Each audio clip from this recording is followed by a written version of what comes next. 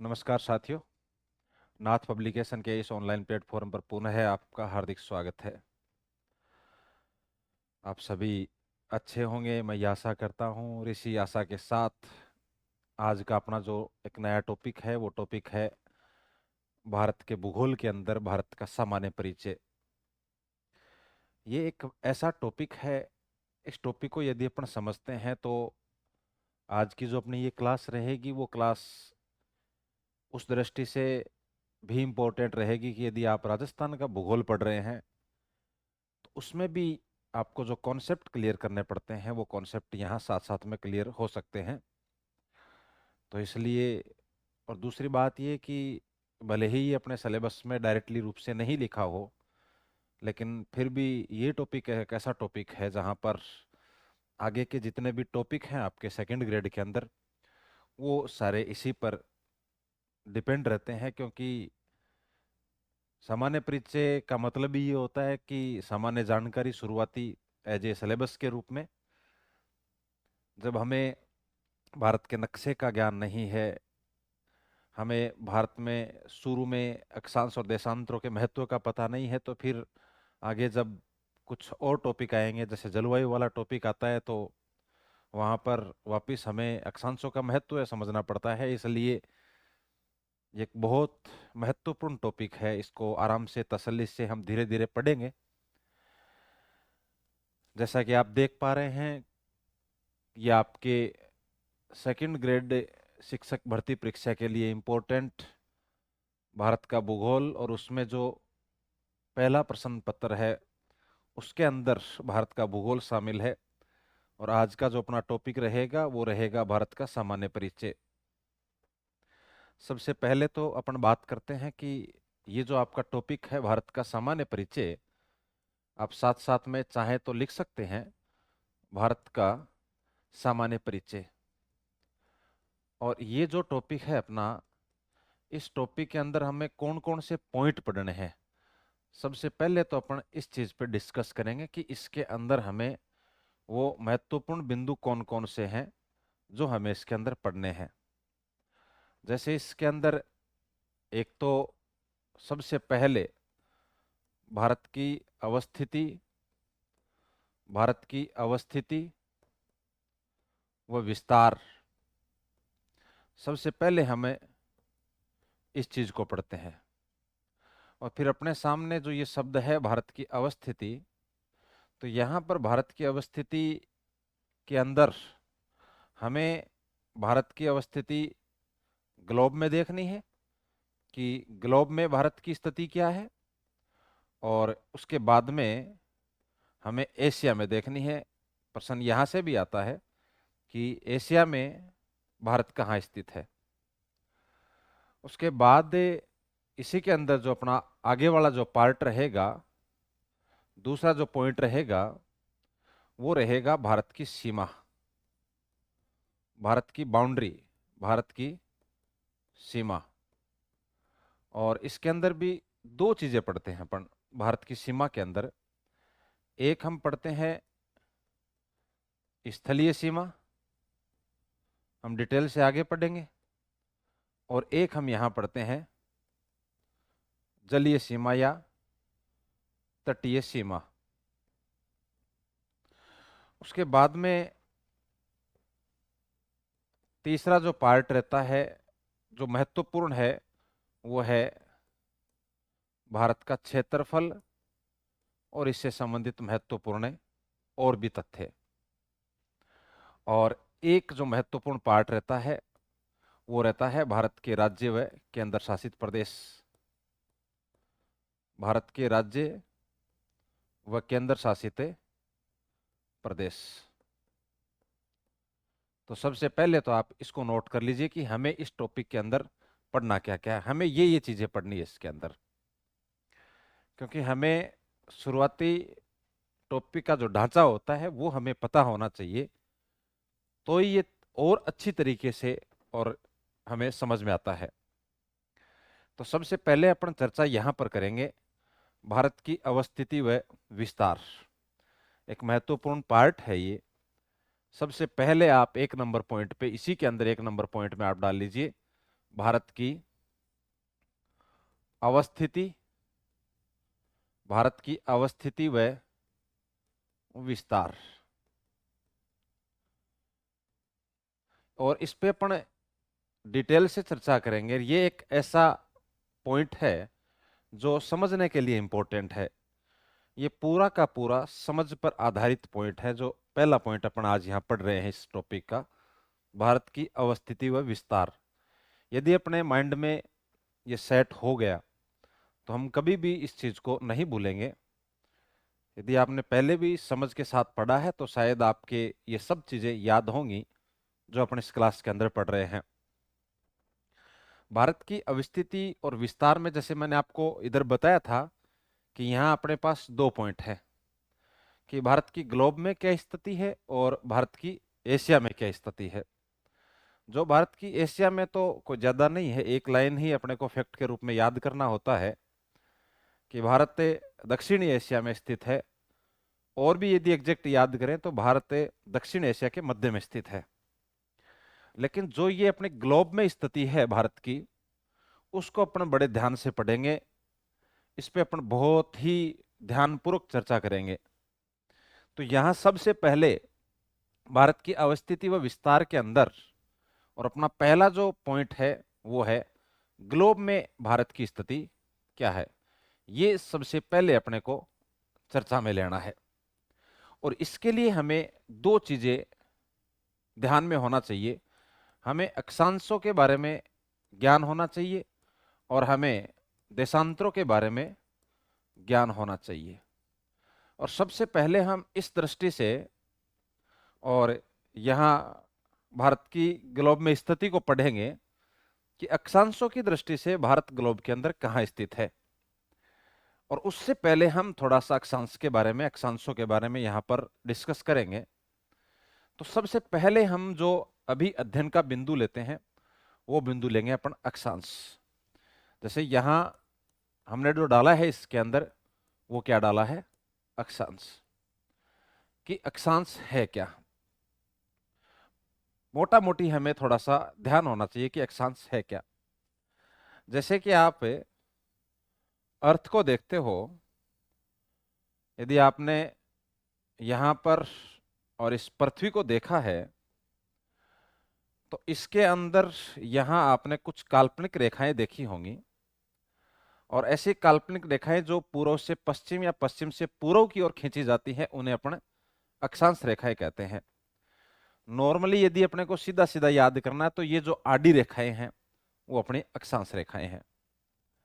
और इन अक्षांशों के अंदर सबसे महत्वपूर्ण एक अक्षांश है यहां पर, और वो है 0 डिग्री, 0 डिग्री अक्षांश रेखा। 0 डिग्री अक्षांश रेखा, ये जो आपकी 0 डिग्री अक्षांश रेखा है इसको हम भूमध्य रेखा भी कहते हैं। भूमध्य रेखा कहते हैं क्योंकि भू का मतलब पृथ्वी, मध्य का मतलब बीच में, यानी पृथ्वी के बीचों बीच एक काल्पनिक रेखा जो खींची गई है पश्चिम से पूर्व की ओर, वो आपकी भूमध्य रेखा है। इसी का दूसरा नाम है विषुवत रेखा।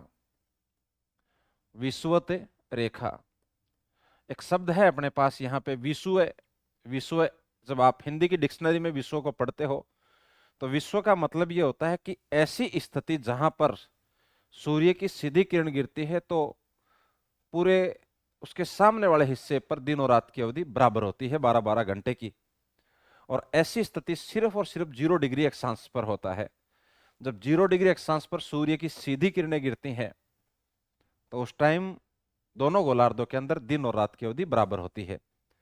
इसलिए ये ऐसा यहां पर होता है, इसलिए हम इस रेखा को क्या कहते हैं, विषुवत रेखा कहते हैं। तो सबसे पहले तो अपने पास इंपॉर्टेंट बात यह हो गई कि 0 डिग्री अक्षांश रेखा के नाम क्या है, भूमध्य रेखा और विषुवत रेखा। अब ये जो 0 डिग्री अक्षांश रेखा है जिसने इस पूरे गोले को दो भागों में बांट दिया, एक आपका उत्तरी साइड में, एक आपका दक्षिणी साइड में। उत्तरी साइड में जो होगा उसको हम बोलेंगे उत्तरी गोलार्ध। उसको हम क्या बोलेंगे, उत्तरी गोलार्ध। ये अपना क्या है, ये आपका है उत्तरी गोलार्ध, क्योंकि ये इस 0 डिग्री अक्षांश रेखा के उत्तर साइड में है।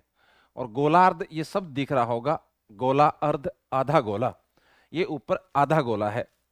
ऐसे ही आपके ये नीचे का जो गोलार्ध होगा ये दक्षिणी साइड में है, इसलिए हम इसको कह सकते हैं दक्षिणी गोलार्ध। क्योंकि ये जो गोलार्ध है, आधा गोला है, ये इस 0 डिग्री अक्षांश रेखा के दक्षिण में स्थित है, इसलिए हम इसको क्या कहेंगे, दक्षिणी गोलार्ध कहेंगे।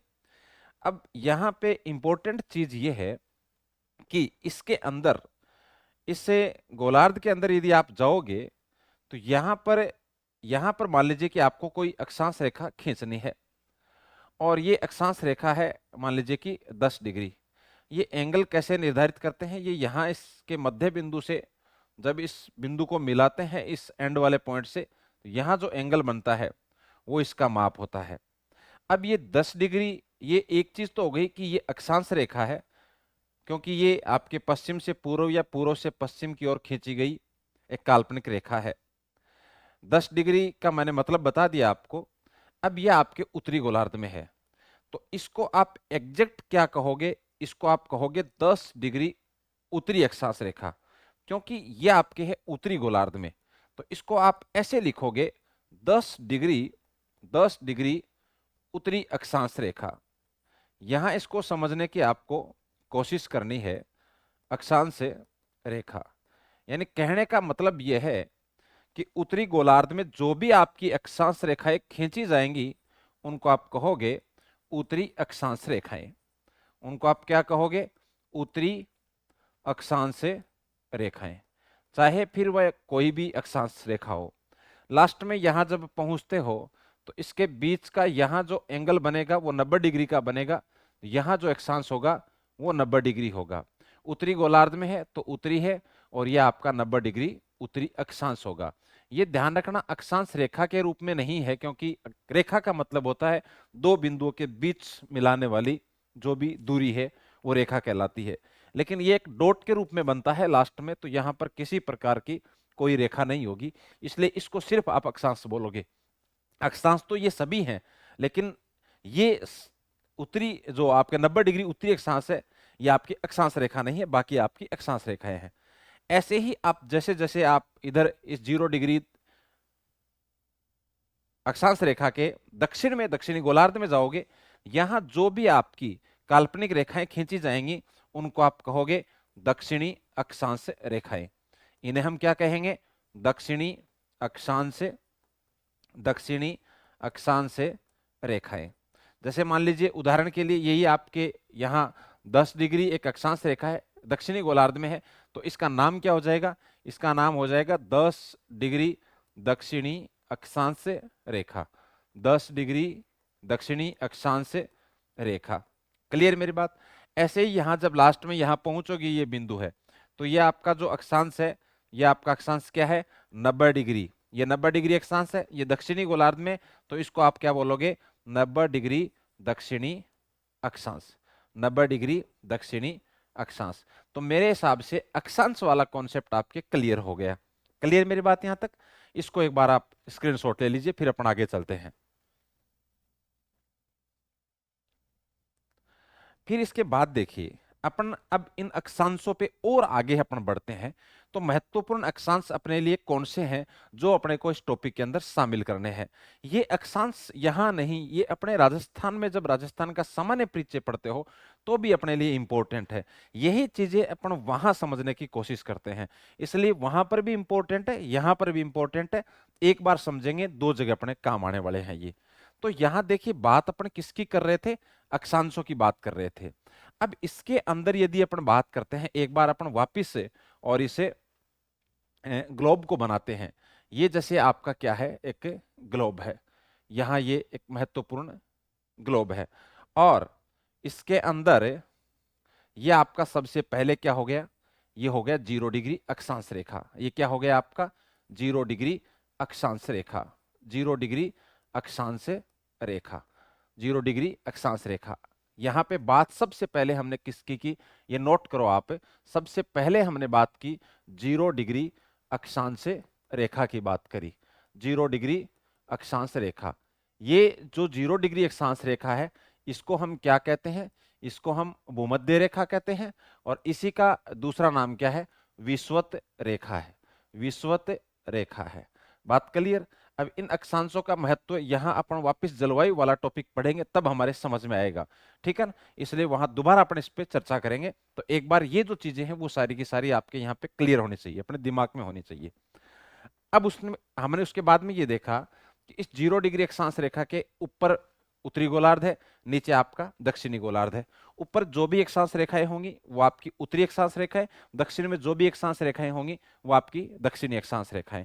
जैसे यहाँ पे इसके बाद हम एक अक्षांश रेखा लेते हैं, ठीक है ना। जैसे हमने थोड़ी देर पहले ही उदाहरण में लिया था 10 डिग्री उत्तरी अक्षांश रेखा, वैसे ही एक महत्वपूर्ण अक्षांश रेखा यहाँ पर है आपके, और ये हमें पढ़नी है। और इसका मान है 23.5 डिग्री उत्तरी अक्षांश रेखा। मैं यहाँ एन लिख रहा हूं, एन का मतलब नॉर्थ है, नॉर्थ का मतलब उत्तर। ऐसे भी यदि शॉर्ट में लिखा जाता है 23 डिग्री, इसको आप दूसरे तरीके से भी लिख सकते हो, मैं उधर लिखूंगा नोट्स के रूप में, उधर लिखेंगे अपन तब। ये 23.5 डिग्री उत्तरी अक्षांश रेखा है, इसको अपन कर्क रेखा कहते हैं। यहां अपने लिए जो दूसरी महत्वपूर्ण और अक्षांश रेखा है वो आपकी है 23 डिग्री 30 मिनट। इसको आप दोनों तरीके से लिख सकते हो, यहां आप इसको ऐसे भी लिख सकते हो और इसको आप 23.5 डिग्री में ऐसे भी लिख सकते हो। यह आपकी है 23.5 डिग्री उत्तरी अक्षांश रेखा। ये उत्तरी गोलार्ध में है, इसका मान आपके 23.5 डिग्री है, इसलिए ये 23.5 डिग्री उत्तरी अक्षांश रेखा हो गई। ये जो 23.5 डिग्री उत्तरी अक्षांश रेखा है इसको हम कहते हैं कर्क रेखा। ये अपने लिए फिर इंपॉर्टेंट है, क्योंकि जब हम भारत में आगे कर्क रेखा पढ़ेंगे तब हमारे दिमाग में ये चीज आनी चाहिए कि कर्क रेखा है क्या। तो कर्क रेखा है 23.5 डिग्री उत्तरी अक्षांश रेखा को हम क्या कहते हैं, कर्क रेखा कहते हैं। ऐसे की ऐसे आपके इस दक्षिणी गोलार्ध में यहां पर आपके एक महत्वपूर्ण अक्षांश है और उसका मान भी 23.5 डिग्री है, और ये आपके दक्षिणी गोलार्ध में है, इसलिए इसको हम कहेंगे दक्षिणी अक्षांश रेखा। तो तीसरी जो आपके महत्वपूर्ण अक्षांश रेखा है वो आपके है 23 डिग्री 30 मिनट बोल दो, या फिर आप कहो तो 23.5 डिग्री बोल दो। लेकिन ये है किस गोलार्ध में, ये दक्षिणी गोलार्ध में है, इसलिए इसको आप कहोगे दक्षिणी अक्षांश रेखा, दक्षिणी अक्षांश रेखा। और इसका नाम क्या है, इसका नाम है मकर रेखा। क्या नाम है, मकर रेखा। हमारे पास यह महत्वपूर्ण रूप से 3 अक्षांश आ गए, एक 0 डिग्री अक्षांश रेखा, एक 23.5 डिग्री उत्तरी अक्षांश रेखा, एक 23.5 डिग्री दक्षिणी अक्षांश रेखा। हमें इन तीनों के नाम का पता है। विषुवत रेखा या भूमध्य रेखा किसे कहते हैं ये हमें पता होना चाहिए, कर्क रेखा किसे कहते हैं ये हमें पता होना चाहिए, मकर रेखा किसे कहते हैं ये हमें पता होना चाहिए। ऐसे ही आप आगे चलोगे तो यहां पर एक महत्वपूर्ण और अक्षांश है, और वो है 66.5 डिग्री उत्तरी अक्षांश। ये एन दिख रहा है आपको, ये एन का मतलब नॉर्थ है, ठीक है। तो तीसरा जो अपने लिए महत्वपूर्ण अक्षांश हो गया, मैं यहां पे लिख देता हूं, सॉरी चौथा, ये आपका है 66.5 डिग्री उत्तरी अक्षांश रेखा। और दूसरा तरीका मैंने आपको बता दिया कि आप इसको ऐसे भी लिख सकते हो 66.30 डिग्री उत्तरी अक्षांश रेखा। इसका जो नाम है वो नाम है आर्कटिक वर्थ। क्या नाम है इसका, आर्कटिक वर्थ, आर्कटिक वर्थ। ऐसे ही आपके दक्षिणी गोलार्ध में यहां पर भी एक महत्वपूर्ण अक्षांश है और उसका मान भी 66.5 डिग्री दक्षिणी अक्षांश है, और इसका नाम है अंटार्कटिक वर्थ। तो पांचवा जो आपका महत्वपूर्ण अक्षांश हो गया, वो महत्वपूर्ण अक्षांश कौन सा हो गया, 66.5 डिग्री दक्षिणी अक्षांश रेखा, दक्षिणी अक्षांश, दक्षिणी अक्षांश रेखा। और इसका नाम क्या है, इसका नाम है अंटार्कटिक वर्थ। क्या नाम है, अंटार्कटिक व्रत, अंटार्कटिक वृत्त। लास्ट में सबसे ऊपर यहां जो आपका महत्वपूर्ण अक्षांश है, मैंने थोड़ी देर पहले बताया, ये 90 डिग्री उत्तरी अक्षांश है, और ये आपका है 90 डिग्री दक्षिणी अक्षांश। इसको कहते हैं उत्तरी ध्रुव, इसको कहते हैं दक्षिणी ध्रुव। इसका नाम मैं यहीं पर लिख देता हूं, यह आपका है उत्तरी ध्रुव। हमें पता होना चाहिए उत्तरी ध्रुव कहां पर है, यह आपका है उत्तरी ध्रुव, और ये आपका है दक्षिणी ध्रुव। क्या है, दक्षिणी ध्रुव। इतना आपको ध्यान रखना है कि ये आपकी अक्षांश रेखा नहीं है। यहां तक बताइए बात समझ में आ गई क्या, ये महत्वपूर्ण अक्षांश है। ये अभी हालांकि हमने इसको प्रयोग में नहीं लिया है भारत के संदर्भ में, लेकिन इन सब चीजों का ज्ञान हमें होना चाहिए आगे वाले टॉपिक पढ़ने के लिए। आपको पता होना चाहिए 0 डिग्री अक्षांश रेखा को क्या कहते हैं। 23.5 डिग्री उत्तरी अक्षांश रेखा, 23.5 डिग्री दक्षिणी अक्षांश रेखा, 66.5 डिग्री उत्तरी अक्षांश रेखा, 66.5 डिग्री दक्षिणी अक्षांश रेखा, 90 डिग्री उत्तरी अक्षांश, 90 डिग्री दक्षिणी अक्षांश। हमने यहाँ पे 5 हमने यहाँ पे और 2 इधर, हमने महत्वपूर्ण 7 अक्षांश यहाँ पर पढ़े। इन सातों के नाम मेरे हिसाब से आपके याद हो गए होंगे। अब इसके बाद में एक जो महत्वपूर्ण चीज बच जाती है, अपने को दोबारा डायग्राम ना बनाना पड़े, इसलिए हम यहीं पर ही एक चीज को और थोड़ा सा नोट कर लेते हैं। यहाँ पे देखिए, एक चीज जो महत्वपूर्ण है वो ये है कि यदि हमें ये पूछ लिया जाए कि आपको यदि ये पूछ लिया जाता है कि इस ग्लोब के ऊपर कुल अक्षांशों की संख्या कितनी है, कुल अक्षांशों की संख्या कितनी है, कुल अक्षांशों की संख्या कितनी है, तो अक्षांशों की संख्या देखिए, यहां ना अक्षांश रेखाओं की बात हो रही है, यहां अक्षांशों की बात हो रही है। अक्षांशों की बात करें तो 90 अक्षांश हमारे उत्तरी गोलार्ध में है, 90 अक्षांश हमारे दक्षिणी गोलार्ध में है, एक 0 डिग्री अक्षांश है यहां बीच में। टोटल अक्षांशों की संख्या हो गई 181। लेकिन यही प्रश्न ऐसा पूछ लिया जाए कि इस ग्लोब पर कुल अक्षांश रेखाओं की संख्या कितनी है, कुल अक्षांश रेखाओं की संख्या कितनी है, यदि ये पूछा जाता है, कुल अक्षांश रेखाओं की संख्या यदि आपको पूछी जाती है, तो यहां पे देखिए, यहां पे देखिए, यहां पे आप 90-90 नहीं करोगे, क्योंकि अक्षांश रेखा की बात जैसे मैंने आपको बताई कि 90 डिग्री उत्तरी अक्षांश और 90 डिग्री दक्षिणी अक्षांश, ये दोनों अक्षांश रेखा के रूप में नहीं है, ये सिर्फ अक्षांशों के रूप में है। इसलिए हम इन 90 डिग्री उत्तरी अक्षांश, 90 डिग्री दक्षिणी अक्षांश, इनको शामिल नहीं करेंगे इन अक्षांश रेखाओं के अंदर। इसका मतलब उत्तरी गोलार्ध में आपकी जो अक्षांश रेखाएं होंगी वो एक कम, यानी 90 से एक कम, यानी कितनी हो गई 89। ऐसे ही आपके दक्षिणी गोलार्ध में एक कम यानी 89 प्लस एक 0 डिग्री अक्षांश रेखा है, और सॉरी ये एक है ना। अब यहां पे इनको आप काउंट करोगे तो ये आपके आएंगी 179, यानी यहां पर आपके पास अक्षांश रेखाओं की संख्या कितनी आ गई 179। ये बहुत महत्वपूर्ण है, इसको आप स्क्रीनशॉट लीजिए इसका।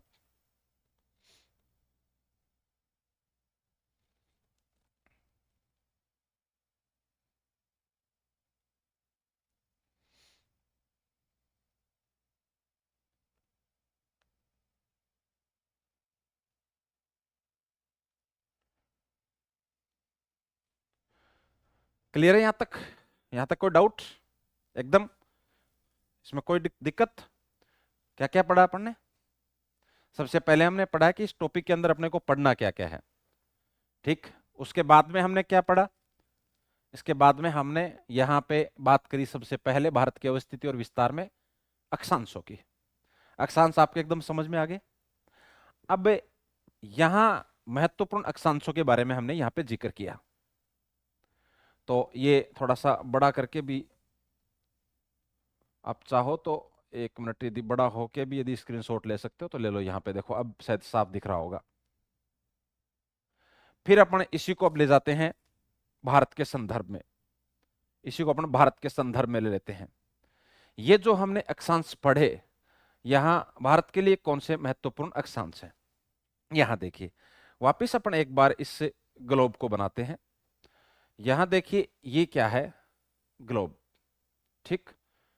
अब यहां पे हमने क्या देखा, सबसे पहले कि ये है आपके 0 डिग्री अक्षांश। एक बार थोड़ा सा इसको अपन बड़ा बनाते हैं।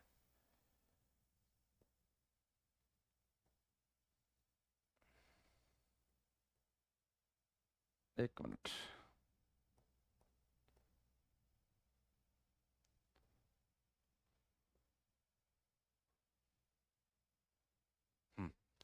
ये देखिए, यहां हमने बीच में ये देख, अब तो ये याद हो गई होंगी चीजें, ये क्या है कि हमने क्या पढ़ा है यहाँ पे। हमने यहां पढ़ा है 0 डिग्री अक्षांश रेखा को, 0 डिग्री अक्षांश रेखा को, ठीक। यहां देखिए ऊपर आप जाओगे तो भारत की स्थिति यहां इस तरह से है, यहां ऐसे आपको ऊपर यहां भारत मिलेगा। अब आप एक अंदाजा तो ये लगा सकते हो कि भारत कौन से गोलार्ध में है, तो आपको साफ साफ दिख रहा है कि भारत यहां पर उत्तरी गोलार्ध में है। भारत यहां पे किस गोलार्ध में है? उत्तरी गोलार्ध में है। और ये किस दृष्टि से है? ये अक्षांशों की दृष्टि से है। भाई प्रश्न कई बार क्या होता है, लैंग्वेज को जब घुमाते हैं तो वहां पे ये आती है कि भारत अक्षांशों की दृष्टि से कौन से गोलार्ध में है, तो भारत उत्तरी गोलार्ध में है। अब एक चीज मैंने आपको ये बताई कि उत्तरी गोलार्ध में जो भी अक्षांश रेखा होगी वो आपकी उत्तरी अक्षांश रेखा होगी। इसका मतलब ये हो गया कि भारत पूरा का पूरा सिर्फ और सिर्फ उत्तरी अक्षांश रेखाओं के बीच में है। जैसे उदाहरण के लिए यहां पर अपन इन अक्षांशों को लेते हैं। एक अक्षांश मान लीजिए ये है जहां से ये भारत का बिंदु शुरू होता है, और एक अक्षांश ये है जहां भारत का अंतिम बिंदु है। तो नॉर्मल सी बात है, ये जो दोनों आपके अक्षांश होंगे, ये दोनों अक्षांश कौन से होंगे? ये आपके उत्तरी अक्षांश होंगे। ये आपके क्या होंगे? उत्तरी अक्षांश होंगे। तो एक बात तो हमारे समझ में आ गई कि भारत जब आपका उत्तरी गोलार्ध में है तो नॉर्मल सी बात है कि भारत उत्तरी अक्षांश रेखाओं के बीच में होगा। अब आगे वाला झंझट तो खत्म हो गया कि उत्तरी अक्षांश है या दक्षिणी अक्षांश है। जब आप राजस्थान के संदर्भ में पढ़ते हैं तो राजस्थान भारत का एक पार्ट है। जब भारत खुद उत्तरी गोलार्ध में है, उत्तरी अक्षांश रेखाओं के बीच में है, तो सामान्य से बात है कि राजस्थान भी आपका उत्तरी गोलार्ध में, अर्थात राजस्थान भी उत्तरी अक्षांश रेखाओं के बीच में होगा। तो ये बात यहां पर समझ में आ गई मेरी बात, कि यहां जो आपका भारत है ये उत्तरी गोलार्ध में उत्तरी अक्षांश रेखाओं के बीच में है। अब पॉइंट अपने पास ये है कि जब भारत यहां उत्तरी गोलार्ध में उत्तरी अक्षांश रेखाओं के बीच में है तो ये कौन से अक्षांशों के बीच में स्थित है, ये हमें पता होना चाहिए। तो यहां आपको, और मैं जैसे यहां अपन मैप को ले लेते हैं, ये आपका देखिए मैप है ये, ठीक है। इस मैप को आप देखोगे तो यहां पे इसको थोड़ा सा अपन छोटा कर लेते हैं, है ना। ये देखिए, इसको एक बार समझो आप। यहां देखिए, यहां नीचे ये जो पॉइंट दिख रहा है आपको, एक मिनट,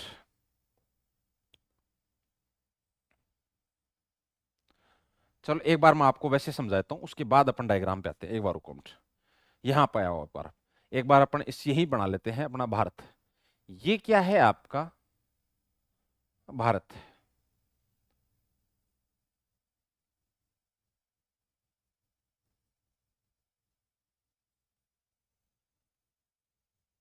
ये भारत है। अब यहां पे देखिए, इधर आप जाते हो तो यहां आपको एक महत्वपूर्ण अक्षांश मिलता है। ये आपका है 0 डिग्री अक्षांश रेखा। 0 डिग्री अक्षांश रेखा, इसका नाम क्या है? भूमध्य रेखा और विषुवत रेखा। क्लियर? ये दिख रहा है आपको? ये जो लाइन है वो हमने यहां बाहर ले ली, ठीक। अब इसके ऊपर आप जाओगे, यहां ऊपर जाओगे तो भारत यहां से शुरू हो रहा है, यहां से भारत शुरू हो रहा है, यहां से भारत शुरू हो रहा है। ये भारत का मुख्य भूमि का शुरुआती बिंदु है। तो यहां से इसका अक्षांशीय विस्तार शुरू होगा। ऊपर आप जाओगे तो यहां इसका ये अंतिम बिंदु होगा। ये भारत का अंतिम अक्षांश होगा। इसके बाद में एक चीज और समझना, यहां पे आप देखते हो इधर आपके यहां पे है अंडमान निकोबार द्वीप समूह है। ये अंडमान निकोबार द्वीप समूह के कुछ द्वीप इस भारत की मुख्य भूमि के दक्षिण में स्थित हैं। तो यदि इन द्वीपों को यदि आप मिलाते हो तो इनका जो अक्षांशीय विस्तार होगा वो यहां से शुरू होगा। अब अपने लिए सबसे पहले वाली समझने वाली बात तो ये थी कि भारत है ये आपका 0 डिग्री अक्षांश रेखा के उत्तर में है, यानी ये आपका उत्तरी गोलार्ध में है। अब इसको छोड़ दो, ये तो हमने अच्छी तरीके से पढ़ लिया। 0 डिग्री अक्षांश रेखा को तो हमने अच्छी तरीके से पढ़ लिया। इसके बाद अपने पास 3 अक्षांश आ गए, एक ये और एक ये, ठीक है। ये जो आपके 3 अक्षांश हैं, सबसे पहले इन अक्षांशों के मान याद करो। ये जो अक्षांश है ये आपका है 6 डिग्री 45 मिनट उत्तरी अक्षांश रेखा पर। इस अक्षांश रेखा का मान क्या है? 6 डिग्री 45 मिनट उत्तरी अक्षांश रेखा। उसके बाद हमने ये जो यहां पे अक्षांश लिया है, ये जहां से भारत की मुख्य भूमि का विस्तार शुरू होता है, ये आपका है 8 डिग्री 4 मिनट उत्तरी अक्षांश रेखा। उत्तरी अक्षांश रेखा। क्लियर यहां तक बात? क्लियर यहां तक बात? उसके बाद लास्ट में यहां पे जो अक्षांश लिया, इसका मान है 37 डिग्री 6 मिनट उत्तरी अक्षांश रेखा। उत्तरी अक्षांश रेखा। क्लियर यहां तक बात? अब इसके बाद सबसे पहले हम एक बार सिर्फ इस पे फोकस करते हैं। यहां से यदि प्रश्न बनता है तो कैसे बनता है? यहां दो तरीके से प्रश्न बनेगा। यहां भारत के अक्षांशीय विस्तार का प्रश्न दो तरीके से बनेगा, या तो भारत की मुख्य भूमि का विस्तार या संपूर्ण भारत का अक्षांशीय विस्तार। यहां देखिए प्रश्न पूछे जाने की संभावना जो रहेगी वो इन दो तरीके से रहेगी। हम बात यहां पे किसकी कर रहे हैं? भारत के अक्षांशीय विस्तार की बात कर रहे हैं कि भारत का अक्षांशीय विस्तार क्या है। हम इसी चीज की यहां पे जिक्र कर रहे हैं कि भारत का अक्षांशीय विस्तार क्या होगा, और इसको दो तरीके से पूछा जा सकता है। पहला पूछा जा सकता है कि पहला पूछा जा सकता है भारत की मुख्य भूमि का विस्तार, मुख्य भूमि का मुख्य भूमि का मुख्य भूमि का अक्षांशीय विस्तार सबसे पहले ये पूछा जा सकता है। अब मुख्य भूमि का मतलब होता है जो एक दूसरे से अटैच होती है। ये भारत की मुख्य भूमि है, ये भी भारत का पार्ट है, लेकिन ये इस मुख्य भूमि के साथ अटैच नहीं है। मुख्य भूमि का मतलब है कि ये जो लाइन हमने ड्रॉ करी है इसके बीच का संपूर्ण पार्ट जो एक दूसरे से कनेक्ट है, ये भारत की मुख्य भूमि। तो भारत की मुख्य भूमि का अक्षांशीय विस्तार यहां से शुरू होगा और यहां तक जाएगा। यानी भारत की मुख्य भूमि का अक्षांश विस्तार क्या होगा? 8 डिग्री 4 मिनट उत्तरी अक्षांश रेखा से 37 डिग्री 6 मिनट उत्तरी अक्षांश रेखा तक। तो यहां भारत का जो अक्षांशीय विस्तार आप लिखोगे वो क्या लिखोगे? वो लिखोगे आप 8 डिग्री 4 मिनट उत्तरी अक्षांश। अब हमने उत्तरी अक्षांश रेखा को लिखना सीख लिया है, अब हम एन लिखेंगे ताकि ये शॉर्ट में चलता रहे। 8 डिग्री 4 मिनट उत्तरी अक्षांश रेखा से 37 डिग्री 6 मिनट उत्तरी अक्षांश रेखा, ये भारत की मुख्य भूमि का विस्तार है। अब दूसरी बात यह है कि बाद में प्रश्न ये पूछ ले कि भारत, या अपन ऐसे कह सकते हैं संपूर्ण भारत, या फिर आप कहो तो द्वीपों सहित, यानी जिसमें द्वीप भी शामिल है, द्वीपों सहित भारत का अक्षांशीय विस्तार क्या है? भारत का अक्षांशीय विस्तार क्या है? यदि ये प्रश्न आपको पूछ ले तो आपका आंसर क्या होगा? ऊपर वाला पॉइंट तो क्या होगा? सेम ही होगा। यहां हमने संपूर्ण भारत की बात की है तो संपूर्ण भारत में अंडमान निकोबार द्वीप समूह भी आएगा, या फिर आप कहो तो अंडमान निकोबार द्वीप समूह क्या है? द्वीप है। इसलिए आप ये कह सकते हो कि संपूर्ण भारत का अक्षांशीय विस्तार, या दूसरा आप कह सकते हो द्वीपों सहित भारत का अक्षांशीय विस्तार। तब भारत का अक्षांशीय विस्तार यहां से शुरू नहीं होगा, ऊपर वाला पॉइंट तो यही होगा क्योंकि इससे ऊपर भारत का कोई द्वीप नहीं है। तब आपका अक्षांशीय विस्तार यहां से शुरू होगा, तो वो होगा 6 डिग्री 45 मिनट उत्तरी अक्षांश रेखा से 37 डिग्री 6 मिनट उत्तरी अक्षांश रेखा तक। यही हमें लिखना है यहां पर। तो भारत का संपूर्ण भारत का अक्षांशीय विस्तार क्या होगा? 6 डिग्री 45 मिनट उत्तरी अक्षांश से, अब एन लिखेंगे अपन, उत्तरी अक्षांश से 37 डिग्री 6 मिनट उत्तरी अक्षांश तक, ये होगा भारत का अक्षांशीय विस्तार। ये बात मेरे हिसाब से आपके समझ में आ गई होगी। क्लियर मेरी बात यहां तक? तो ये जो डायग्राम है, इस डायग्राम से हमने ये चीज सीखी। ठीक है। अब यहां पे एक बात आप क्या लिख सकते हो कि भारत, यहां पे आप एक चीज ये लिख लो कि भारत, कैसे भी प्रश्न पूछा जा सकता है, यहां लिखो आप कि भारत अक्षांशीय दृष्टि से, भारत अक्षांशीय दृष्टि से, अक्षांशीय दृष्टि से उत्तरी गोलार्ध में स्थित है। उत्तरी गोलार्ध में, उत्तरी गोलार्ध में स्थित है। क्लियर यहां तक बात? ठीक, तो ये थोड़ा सा आप ध्यान रखना। अब हमारे पास, हम बात देखो पीछे क्या कर रहे थे। यहां मैंने आपको ये बताया था कि भारत के लिए यहां से एक महत्वपूर्ण अक्षांश रेखा है, और वो अक्षांश रेखा है आपकी 23.5 डिग्री उत्तरी अक्षांश रेखा। ये भारत के लिए इंपॉर्टेंट है। 23.5 डिग्री उत्तरी अक्षांश रेखा यानी कर्क रेखा भारत के लिए इंपॉर्टेंट है। वो इसलिए है क्योंकि कर्क रेखा भारत से गुजरती है, इसलिए हम इसी को, कर्क रेखा को यहीं पर ही इसके साथ ही अपन क्या करते हैं? ड्रॉ करते हैं। यहां देखिए, यहां देखिए, यहां से और भारत की कर्क रेखा गुजरती है, और भारत की कर्क रेखा ये है आपकी कर्क रेखा। अब जैसे ही मैंने कर्क रेखा लिखा तो मेरे हिसाब से प्रत्येक स्टूडेंट को इसका मान याद आपके दिमाग में आ जाना चाहिए। कर्क रेखा का मतलब है 23.5 डिग्री उत्तरी अक्षांश रेखा। ये जो कर्क रेखा है ये भारत के 8 राज्यों से गुजरती है, भारत के 8 राज्यों से गुजरती है ये। ठीक है, 8 राज्यों से गुजरती है। अब ये जो 8 राज्य हैं ये आपके याद होने चाहिए, गुजरती है। अब देखिए ये भारत का है क्या, उत्तरी बिंदु, ये भारत का दक्षिणी बिंदु, ये भारत का पूर्वी बिंदु, ये भारत का पश्चिमी बिंदु। तो भारत के पश्चिम से पूर्व की ओर आगे बढ़ते हो आप, यानी इस दिशा में यदि आप आगे बढ़ते हो, इस क्रम में आपको ये 8 राज्य याद होने चाहिए। क्योंकि जब स्टैंडर्ड टाइप का प्रश्न बनता है तो फिर वो क्रम का प्रश्न बनता है, तो हमें ये क्रम याद होना चाहिए। तो आगे जो महत्वपूर्ण अक्षांश अपने लिए यहां पर है वो क्या है, कर्क रेखा। हम यहां बात किसकी करते हैं, कर्क रेखा की। तो कर्क रेखा का मान आपको याद हो गया कि कर्क रेखा क्या है, 23.5 डिग्री या 23 डिग्री 30 मिनट उत्तरी अक्षांश, ये आपकी कर्क रेखा है।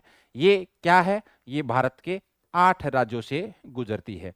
भारत के कितने राज्यों से गुजरती है, 8 राज्यों से गुजरती है ये। और ये जो 8 राज्य हैं आपके, ये आपको याद करने हैं, और इनको याद करो, है ना, किस क्रम में, क्रमशः क्रमशः क्रमशः पश्चिम से पूर्व की ओर। भाई एक याद कर लो, चाहे पश्चिम से पूर्व कर लो, चाहे पूर्व से पश्चिम, पश्चिम से पूर्व की ओर आप याद कर लो इस क्रम में। ठीक है। अब ये जो पश्चिम से पूर्व है, इनका सबसे पहले 1 नंबर पे है गुजरात। गुजरात से जैसे ही आप आगे जाओगे तो अपना राजस्थान आ जाता है। यहां आ गया आपका राजस्थान। राजस्थान से जस्ट, अभी मानचित्र में भी दिखाऊंगा सारी चीजें, राजस्थान के जस्ट बाद में आ जाता है मध्य प्रदेश। मध्य प्रदेश, मध्य प्रदेश से एक राज्य अलग हुआ जिसका नाम है छत्तीसगढ़। छत्तीसगढ़ के बाद में एक और गढ़ आ जाता है, खंड आ जाता है जिसका नाम है झारखंड। कौन सा, झारखंड। झारखंड के आगे टच करता हुआ है पश्चिमी बंगाल। कौन सा, पश्चिमी बंगाल। और पश्चिमी बंगाल के जस्ट आगे आपके बीच में बांग्लादेश आ जाता है, फिर आ जाता है त्रिपुरा, और त्रिपुरा के जस्ट कंटिन्यू है आपके क्या, मिजोरम। मिजोरम। ये आपके 8 राज्य हैं जहां से कर्क रेखा गुजरती है। क्लियर मेरी बात, ये याद होने चाहिए। ये याद करने का तरीका ये है कि इसको क्रम से याद करो आप। ठीक है, अपन रटते रहते हैं, और एक चीजें ट्रिक वगैरह ये सब चीजें की बजाय तो अच्छा यही है कि इसको अपन मानचित्र में अप्लाई करें, बार बार इसको याद करें, वो ज्यादा अच्छा है। ठीक है ना?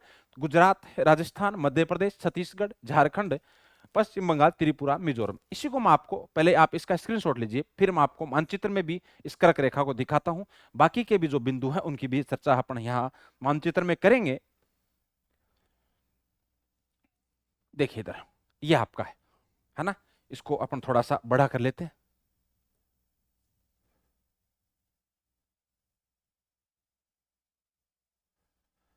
सबसे पहले मैं आपको और दिखा देता हूं वो राज्य जिनकी अपन चर्चा कर रहे थे।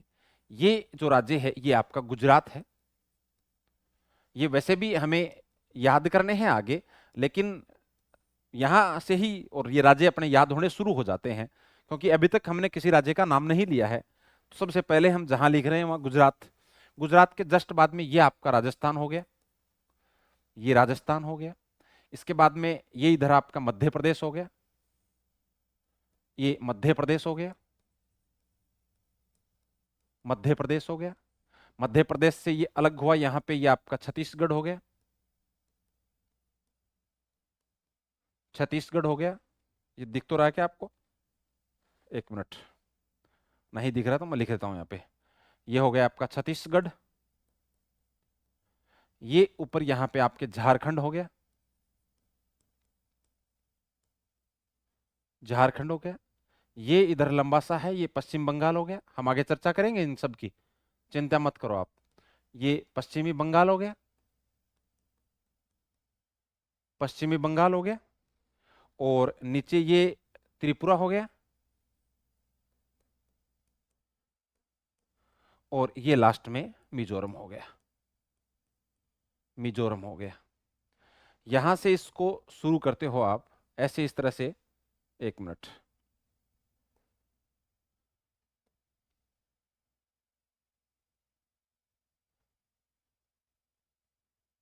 ये आपकी क्या है, ये आपकी कर्क रेखा है। इसको अपन आगे बढ़ा लेते हैं थोड़ा सा, है ना, थोड़ा डार्क कर देता हूं मैं, हालांकि इतनी मोटी नहीं है, ये सिर्फ समझने के लिए है ये।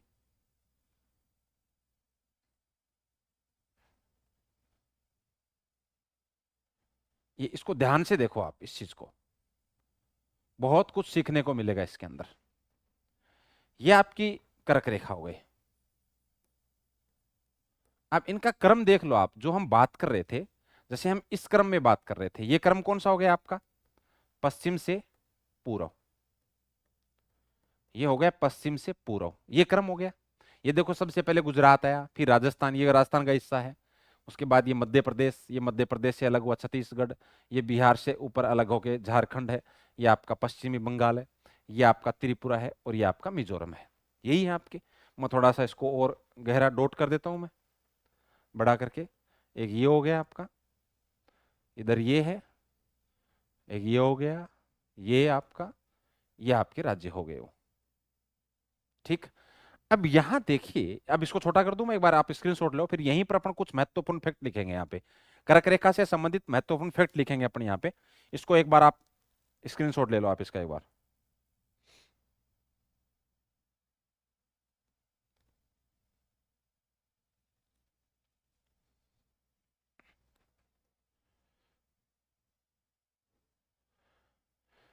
ठीक है, ये वैसे तो समझ आ गया आपके। अब देखिए एक बार यहां से क्या क्या प्रश्न पूछा जा सकता है। यहां से बहुत सारे प्रश्न पूछे जा सकते हैं। यदि आपके ये चीज क्लियर है तो आप उन सब प्रश्नों का जवाब दे सकते हो जो पूछे जा सकते हैं। ये प्रश्न आया है कि निम्नलिखित में से कौन सा राज्य कर्क रेखा के उत्तर में स्थित है। अब वो चीजें हैं कि यहां आपको कर्क रेखा पता है कहां से गुजर रही है, और फिर आपको संपूर्ण मानचित्र का ज्ञान है, तो आप आराम से इस प्रश्न को सोल्व कर पाएंगे। क्या आपको ये प्रश्न याद करना पड़ता है? नहीं, ये हमें याद नहीं करने पड़ते हैं। ये इस टाइप के प्रश्न, मैंने कहा ना कि अवस्थिति और विस्तार वाला जो पार्ट है वो एक अंडरस्टैंडिंग पार्ट है, वो एक समझने वाला पार्ट है। यदि उसको ध्यान से हमने पढ़ा है तो वो सारे प्रश्न सोल्व कर देंगे जो एग्जामिनर पूछना चाहता है। हमें कुछ भी, कितने फैक्ट अपने याद करेंगे। फैक्ट हमें क्या क्या याद करने, वो मैं यहाँ पे लिख रहा हूं। जैसे एक हमें फैक्ट ये पूछ लिया जाए, यदि आपको फैक्ट यदि आपको पूछ लिया जाता है क्या, कि कर्क रेखा, कर्क रेखा की सर्वाधिक लंबाई वाला राज्य, सर्वाधिक लंबाई वाला राज्य, यदि ये पूछ ले तो आपका जवाब होगा मध्य प्रदेश। सबसे ज्यादा लंबाई कर्क रेखा की कहां पर है? मध्य प्रदेश में है। फिर यदि आपको पूछ ले कि कर्क रेखा की न्यूनतम लंबाई वाला राज्य कौन सा है, सबसे कम लंबाई है कर्क रेखा की, वो अपने राजस्थान के अंदर है। कहां पर है? राजस्थान में है। त्रिपुरा मत कर देना। एक फैक्ट ये पूछा जा सकता है, वो फैक्ट क्या, एक फैक्ट और अलग से ये पूछा जा सकता है कि कर्क रेखा के, कर्क रेखा के नजदीक, कर्क रेखा के नजदीक राजधानी, या सबसे नजदीक राजधानी, कर्क रेखा के सबसे नजदीक राजधानी कौन सी है? नजदीक राजधानी कौन सी है? तो वो आपकी है रांची। कौन सी है? रांची। और आप जानते होंगे शायद रांची किसकी राजधानी है? झारखंड की है। तो ये 8 राज्य हैं, इनमें आपके रांची जो है वो इस कर्क रेखा के सबसे नजदीक है। अगला प्रश्न ये पूछा जा सकता है कि कर्क रेखा के सबसे दूर राजधानी कौन सी है? तो ये अपनी जयपुर है। ये कर्क रेखा के सबसे, कर्क रेखा के सबसे दूर राजधानी कौन सी है? तो ये राजधानी है जयपुर। कौन सी है? जयपुर। तो ये आप 4 फैक्ट और इसमें याद कर सकते हो। बाकी मैंने जैसे संभावित जो प्रश्न है पूछे जा सकते हैं, वो क्या पूछे जा सकते हैं यहां से? संभावित प्रश्न क्या हो सकते हैं? संभावित प्रश्न एक तो ये हो सकता है, पहला प्रश्न तो यही है कि आपको ये जो कर्क रेखा है ये किन किन राज्यों से गुजरती है, उन राज्यों के नाम याद रखने हैं। उन राज्यों के नाम, क्योंकि प्रश्न मैंने बता दिया आपको कि एक तो ये पूछ सकता है कि निम्नलिखित में से किस राज्य से कर्क रेखा नहीं गुजरती है, तो 8 राज्यों के नाम याद। फिर क्रम से व्यवस्थित करना हो तो प्रश्न पूछा जा सकता है। दूसरा, इसके अंदर मैंने आपको बता दिया, ये पूछा जा सकता है कि कर्क रेखा के, कर्क रेखा के उत्तर में कौन सा राज्य है ना? उत्तर में किसी राज्य का नाम पूछा जा सकता है, ठीक है। और इसके दक्षिण में किसी राज्य का नाम है पूछा जा सकता है। तो ये भी प्रश्न पूछा जा सकता है। तो 2 आपके महत्वपूर्ण प्रश्न ये हो जाते हैं। तो ये कर्क रेखा से संबंधित पूछे जाने वाले प्रश्न हो गए अपने। तो मेरी बात शायद आपकी सारी समझ में आ गई होगी। यहाँ पे आप इस डायग्राम के माध्यम से ये आपके समझ में आ गया होगा। तो यहाँ जो हमने महत्वपूर्ण अक्षांश पढ़े भारत के संदर्भ में, देखिए सबसे पहले महत्वपूर्ण अक्षांश हमने कितने पढ़े थे, तो हमने पढ़े थे यहाँ पर, कहाँ लिखे हुए हैं वो, हाँ ये लिखे हुए, उस टाइम मैंने आपको बताया कि 7 महत्वपूर्ण अक्षांश है जो हमें पढ़ने हैं। उसके बाद में भारत के संदर्भ में हमने 4 महत्वपूर्ण अक्षांश पढ़े, 6 डिग्री 45 मिनट उत्तरी अक्षांश, 8 डिग्री 4 मिनट उत्तरी अक्षांश, 37 डिग्री 6 मिनट उत्तरी अक्षांश और 23.5 डिग्री उत्तरी अक्षांश। ये 4 महत्वपूर्ण अक्षांश हमने भारत के संदर्भ में पढ़े। अब यहां पे एक चीज और हमको पढ़नी है कि ये जो अक्षांश है, इन अक्षांशों से भारत का बिंदु शुरू हो रहा है, तो इन पॉइंटों के नाम भी हमें याद करने हैं, दोबारा ना बनाना पड़े, इन पॉइंटों को अपन यहीं पढ़ लेते हैं। यहां देखिए, यहां जो ये पॉइंट है, ये है भारत का दक्षिणतम बिंदु और इसका नाम है इंदिरा पॉइंट। एक बार मैं सिर्फ इतना ही लिख रहा हूं, बाकी मैं अलग से आपको लिखा दूंगा। ये आपका इंदिरा पॉइंट है और ये इंदिरा पॉइंट यहां अंडमान निकोबार द्वीप समूह के ग्रेट निकोबार द्वीप पर स्थित है और यह भारत का सबसे दक्षिणतम बिंदु है। यहां जो इंदिरा पॉइंट है, इससे गुजरती है 6 डिग्री 45 मिनट उत्तरी अक्षांश रेखा। क्लियर मेरी बात? उसके बाद में यहां जो आपका एक अक्षांश है, यहां जो अक्षांश जो गुजर रहा है आपका महत्वपूर्ण, वो जिस बिंदु से गुजर रहा है उसका नाम है cap Comorin. Cap Comorin, cap Comorin, इसी को कुमारी अंतरिप, इसी को कन्याकुमारी, सब बात करेंगे। ये आपका तमिलनाडु के अंदर है। कहां पर है ये आपका तमिलनाडु के अंदर है। ये भारत का सबसे दक्षिणी बिंदु है मुख्य भूमि का। ठीक, उसके बाद में एक पॉइंट आपका ये रहा, एक पॉइंट आपका ये रहा और इसका नाम है इंदिरा कौल। क्या नाम है? इंदिरा कौल। और ये इंदिरा कौल है, ये लद्दाख के अंदर पड़ता है और ये भारत का सबसे उत्तरी बिंदु है। ये 3 बिंदु हमें और साथ साथ में याद करने हैं। क्लियर? अब एक महत्वपूर्ण पॉइंट हमारे सामने और आता है कि भारत का जो सबसे उत्तरी बिंदु और भारत का सबसे दक्षिणी बिंदु, इनके बीच का विस्तार कितना है, ये लंबाई कितनी है? ये लंबाई है 3214 किलोमीटर, 3214 किलोमीटर। तो ये चीज भी हमें, अब इस डायग्राम का आप स्क्रीनशॉट ले लीजिए, उसके बाद हम आगे बात करते हैं।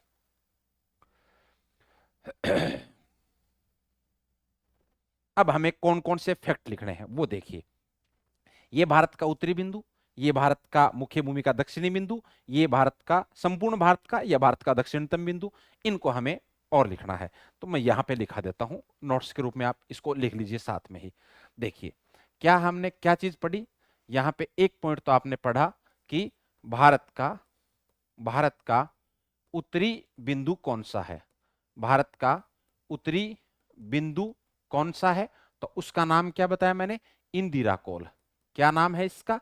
इंदिरा कौल, इंदिरा कौल। और ये जो इंदिरा कौल है आपका, ये है कहां पर? ये लद्दाख के अंदर पड़ता है। कहां पड़ता है? लद्दाख। और इसका मान मैंने बता दिया कि ये है किस पे, ये आपका 37 डिग्री 6 मिनट उत्तरी अक्षांश पर स्थित है। फिर यदि आपको पूछ ले, है ना, भारत की अब यहां 2 चीजें इसलिए लिखनी है क्योंकि इसके उत्तर में और कुछ भी नहीं है। ये उत्तरतम मान लो चाहे उत्तरी मान लो, इसको आप उत्तरतम भी लिख सकते हो, है ना, क्योंकि इसके उत्तरतम, तम का मतलब होता है उससे आगे कुछ नहीं। तो ये उत्तरतम भी हो सकता है, ये उत्तरी भी हो सकता है। और यही आपको ये पूछ ले कि भारत की, क्योंकि नीचे दिक्कत है थोड़ी सी, भारत की मुख्य भूमि का, भारत की मुख्य भूमि का दक्षिणी बिंदु, यदि यह आपको पूछ लिया जाता है तो बताओ आपका जवाब क्या होगा? Cap Comorin. क्या बताया मैंने? Cap Comorin. और इसी का दूसरा नाम है कुमारी अंतरीप, कुमारी अंतरीप। और यह आपकी कन्याकुमारी के नजदीक पड़ता है, वैसे एकदम कन्याकुमारी भी बोल सकते हो आप, ठीक है ना। एग्जैक्ट पॉइंट तो ये है, बाकी ये कन्याकुमारी में है ये, है ना। और ये जिस राज्य में है वो राज्य आपका कौन सा है? तमिलनाडु है। वो राज्य कौन सा है? तमिलनाडु है। और ये जिस अक्षांश पे है वो आपका 8 डिग्री 4 मिनट उत्तरी अक्षांश। बताओ यहां तक बात समझ में आई कि नहीं आई? क्लियर है ना यहां तक? अब उसके बाद आ जाओ। अब यदि प्रश्न ये है, एक मिनट, अब प्रश्न ये है अगला कि भारत का दक्षिणतम बिंदु, भारत का दक्षिणतम बिंदु कौन सा है? भारत का दक्षिणतम बिंदु कौन सा है? भारत का दक्षिणतम बिंदु यदि आपको पूछ ले तो वो आपका कौन सा हो गया? इंदिरा पॉइंट हो गया, इंदिरा पॉइंट हो गया। इसी का दूसरा नाम है पार्सन पॉइंट या पार्सन बिंदु, पार्सन बिंदु या पार्सन पॉइंट, और इसी का नाम है पिगमेलियन पॉइंट। क्या? Pygmalion point, Pygmalion point. और ये जो इंदिरा पॉइंट, पिगमेलियन पॉइंट या फिर आपका ये पार्सन पॉइंट है, ये स्थित है ग्रेट निकोबार पर। और ग्रेट निकोबार खुद किस द्वीप समूह का एक द्वीप है? तो ये आपका अंडमान निकोबार द्वीप समूह का है, अंडमान निकोबार द्वीप समूह। हम आगे जब भौतिक प्रदेश पढ़ेंगे तब हमारे और ये ज्यादा अच्छी तरीके से याद करने पड़ेंगे। और ये जिस अक्षांश पर स्थित है वो अक्षांश कौन सा है आपका? 6 डिग्री 45 मिनट उत्तरी अक्षांश। बताओ यहां तक बात समझ में आ गई क्या आपके? ये 3 पॉइंट भी आपको याद करने हैं। क्लियर मेरी बात यहां तक? उसके बाद हमने पढ़ा भारत का उत्तर दक्षिण विस्तार। हमने क्या पढ़ा यहां पे? भारत का उत्तर दक्षिण विस्तार। अब यहां दो तरीके से आप याद करोगे, उत्तर दक्षिण विस्तार। अब यहां से दो चीजें आपको पढ़नी है। देखिए यहां पे 2 पॉइंट आपको याद करने हैं, मैं इसको छोटा करके यही करवाता हूं दोनों चीजें। देखिए एक तो इधर आप आइए, एक ये भारत का उत्तर दक्षिण विस्तार है, वो किन अक्षांशों के बीच में है? 8 डिग्री 4 मिनट उत्तरी अक्षांश से 37 डिग्री 6 मिनट उत्तरी अक्षांश, इनके बीच में है। तो इनके बीच का अक्षांशीय अंतराल कितना है और इनके बीच की दूरी कितनी है? तो अक्षांशीय अंतराल निकालने के लिए आप इसमें से इसको माइनस करोगे।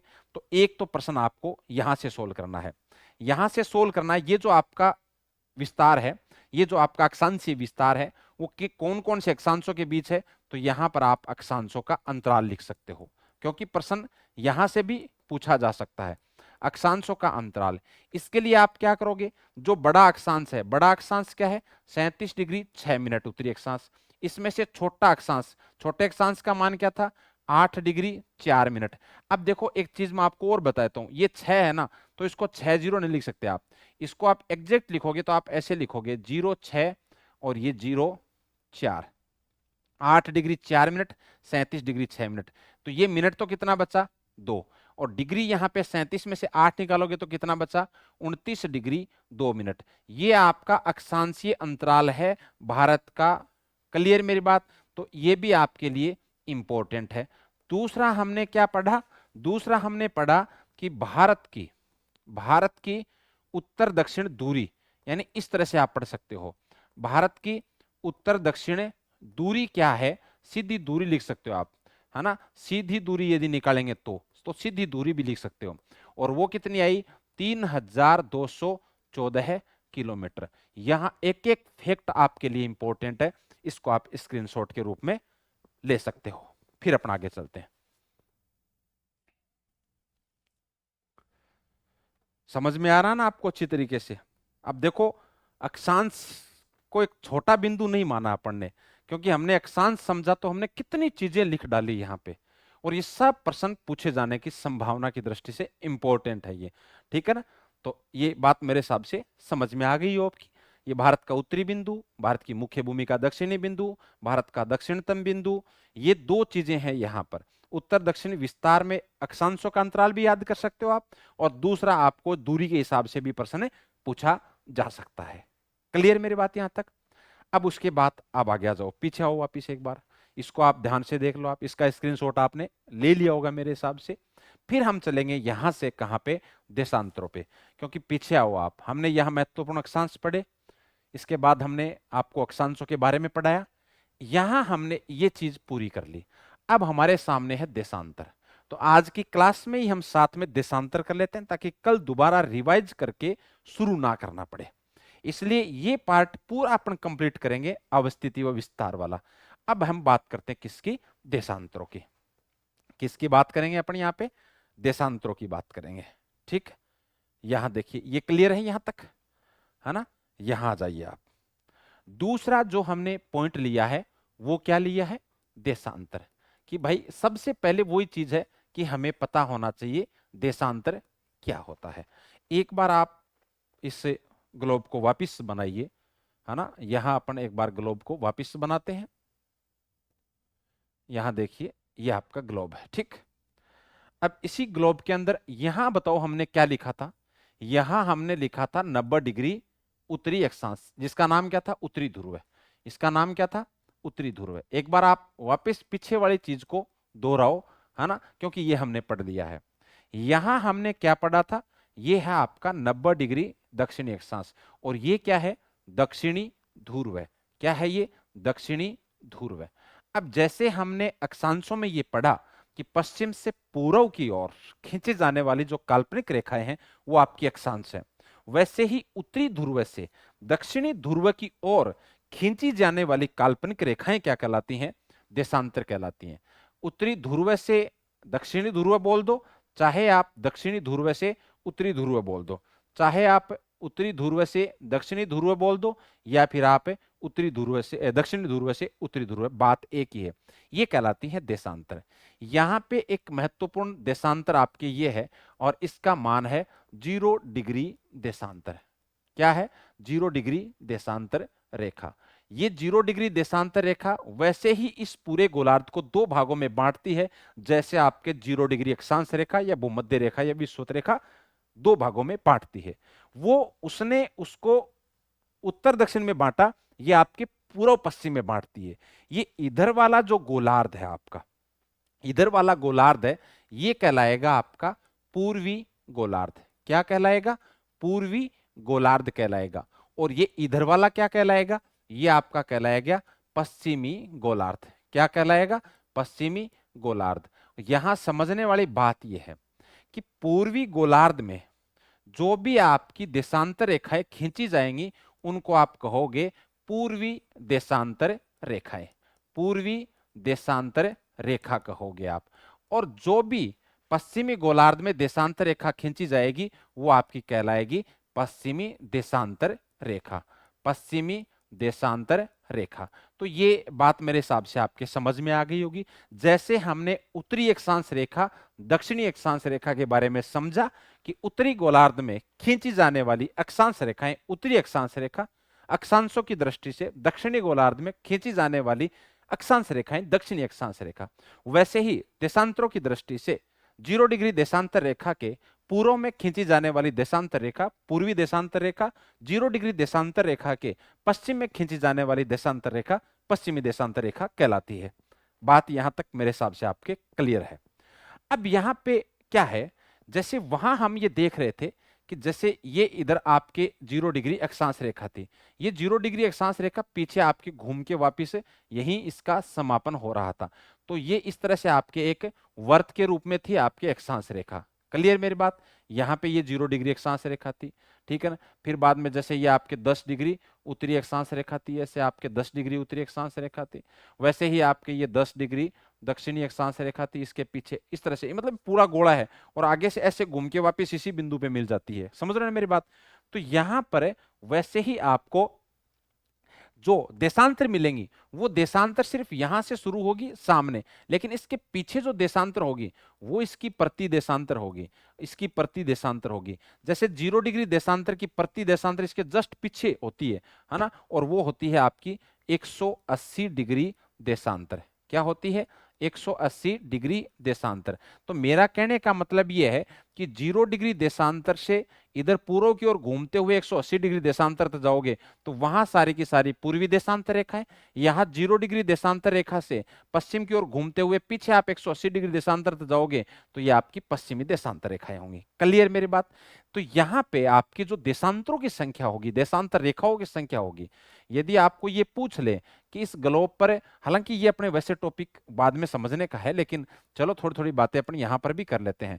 देशांतर रेखाओं की यदि आपको संख्या पूछ ले तो यहां पे देखो देशांतर रेखाओं की संख्या क्या होगी, ये 360 होगी। अब आप कहोगे 361 क्यों नहीं, जैसे मैंने दोनों ऑप्शन दे दिए, लेकिन आपका उत्तर ये होगा 360 क्यों होगी, क्योंकि ठीक है एक ये है 360, ये है 360 इधर है, मान ली बात, लेकिन 360 दोनों की कॉमन है, इसलिए 360 को दो बार ना गिन के एक बार ही गिनेंगे। तो वो वहां से एक कम हो जाएगी। तो वैसे करके आपके पूरे ग्लोब के ऊपर इन देशांतर रेखाओं की संख्या कितनी हो जाएगी? 360 हो जाएगी। बताओ यहां तक बात क्लियर है कि नहीं है? मेरी बात क्लियर है? अब आ जाओ, इसी चीज को ले लो आप भारत के अंदर, इसी चीज को आप भारत में ले लो। जैसे मैं दोबारा यहां पर ग्लोब बनाता हूं, जो ये अपना ग्लोब है, ये ग्लोब है आपका, ठीक। फिर हमने क्या देखा? हमने देखा ये ऊपर आपका 90 डिग्री उत्तरी अक्षांश, ये आपका 90 डिग्री दक्षिणी अक्षांश, ये पूर्वी गोलार्ध, ये पश्चिमी गोलार्ध। भारत आपका यहां स्थित है। एक मिनट, भारत है ये, चलो छोटा बना लेते हैं पर जहां भी है ना, ये भारत इस तरह से, ये भारत आपका यहां पर है, ठीक। और इधर आप बना लो 0 डिग्री अक्षांश रेखा, ये आपकी है 0 डिग्री अक्षांश रेखा। अब ध्यान से सुनना मेरी बात, ये तो हो गई आपकी क्या? 0 डिग्री अक्षांश रेखा, ठीक है, 0 डिग्री। और इसका नाम क्या था? भूमध्य रेखा। ये ऊपर वाली ये क्या है? ये आपकी है 0 डिग्री देशांतर रेखा। अच्छा, इस 0 डिग्री देशांतर रेखा को कहते क्या है ना? 0 डिग्री देशांतर रेखा को कहते हैं ग्रीनविच रेखा। क्या कहते हैं? ग्रीनविच रेखा। अब एक चीज आप ध्यान से देखो कि भारत अक्षांशों की दृष्टि से कौन से गोलार्ध में है? उत्तरी गोलार्ध में। और देशांतरों की दृष्टि से पूर्वी गोलार्ध में। और ये कहे कि भारत अक्षांश और देशांतर दोनों की दृष्टि से कौन से गोलार्ध में? तो उत्तरी पूर्वी गोलार्ध में। ये आपका उत्तरी पूर्वी गोलार्ध में है। कहां है? उत्तरी पूर्वी गोलार्ध में, ठीक। अब मैं इसको लिख देता हूं इधर। जैसे मान लो कि ये पूछ ले भाई, एक बात तो हमने क्या लिखी थी पीछे कि भारत अक्षांशों की दृष्टि से कौन से गोलार्ध में, तो हमने क्या कहा था कि भारत अक्षांशों की दृष्टि से उत्तरी गोलार्ध में है। ये बात लिखी नहीं लिखी? लेकिन यही बात ऐसे पूछ ले कि भारत भारत देशांतरों की दृष्टि से, देशांतरों की दृष्टि से किस गोलार्ध में है? पूर्वी गोलार्ध में स्थित है ना? पूर्वी गोलार्ध में स्थित है। ये बात आपको थोड़ी सी याद रखनी है, स्थित है। ये तो अलग अलग चीज हो गई, लेकिन ये दोनों दृष्टि से, यानी भारत भारत अक्षांशों व देशांतरों की दृष्टि से, देशांतरों की दृष्टि से भारत किसमें है? उत्तरी पूर्वी गोलार्ध में स्थित है। उत्तरी पूर्वी गोलार्ध में स्थित है। बताओ ये बात किस किस के समझ में नहीं आई, या सबके समझ में आ गई? है ना, सबके समझ में आ गई होगी मेरे हिसाब से। अब भारत पूर्वी गोलार्ध में, तो नॉर्मल सी बात है कि भारत होगा पूर्वी देशांतर रेखाओं के बीच में। जैसे हमने देखा था कि भारत उत्तरी अक्षांश से रेखाओं के बीच में है क्योंकि ये उत्तरी गोलार्ध में, वैसे ही भारत पूर्वी देशांतर रेखाओं के बीच में होगा क्योंकि भारत है आपके पूर्वी गोलार्ध में। तो एक बात आपकी ये भी समझ में आ गई होगी कि पश्चिमी देशांतर से भारत को कोई लेना देना नहीं है। अब हम बात करते हैं, जैसे हमने पीछे भारत का अक्षांशीय विस्तार देखा, वैसे ही हम भारत का देशांतरीय विस्तार देखेंगे। अब बात अपन करते हैं भारत के देशांतरीय विस्तार की। भारत का देशांतरीय विस्तार क्या है? भारत का देशांतरीय विस्तार क्या है ना? भारत का देशांतरीय विस्तार क्या है, बात हम इसकी करते हैं। भारत का देशांतरीय विस्तार क्या है, इससे सबसे पहले अपन भारत के मानचित्र को बना लेते हैं थोड़ा सा।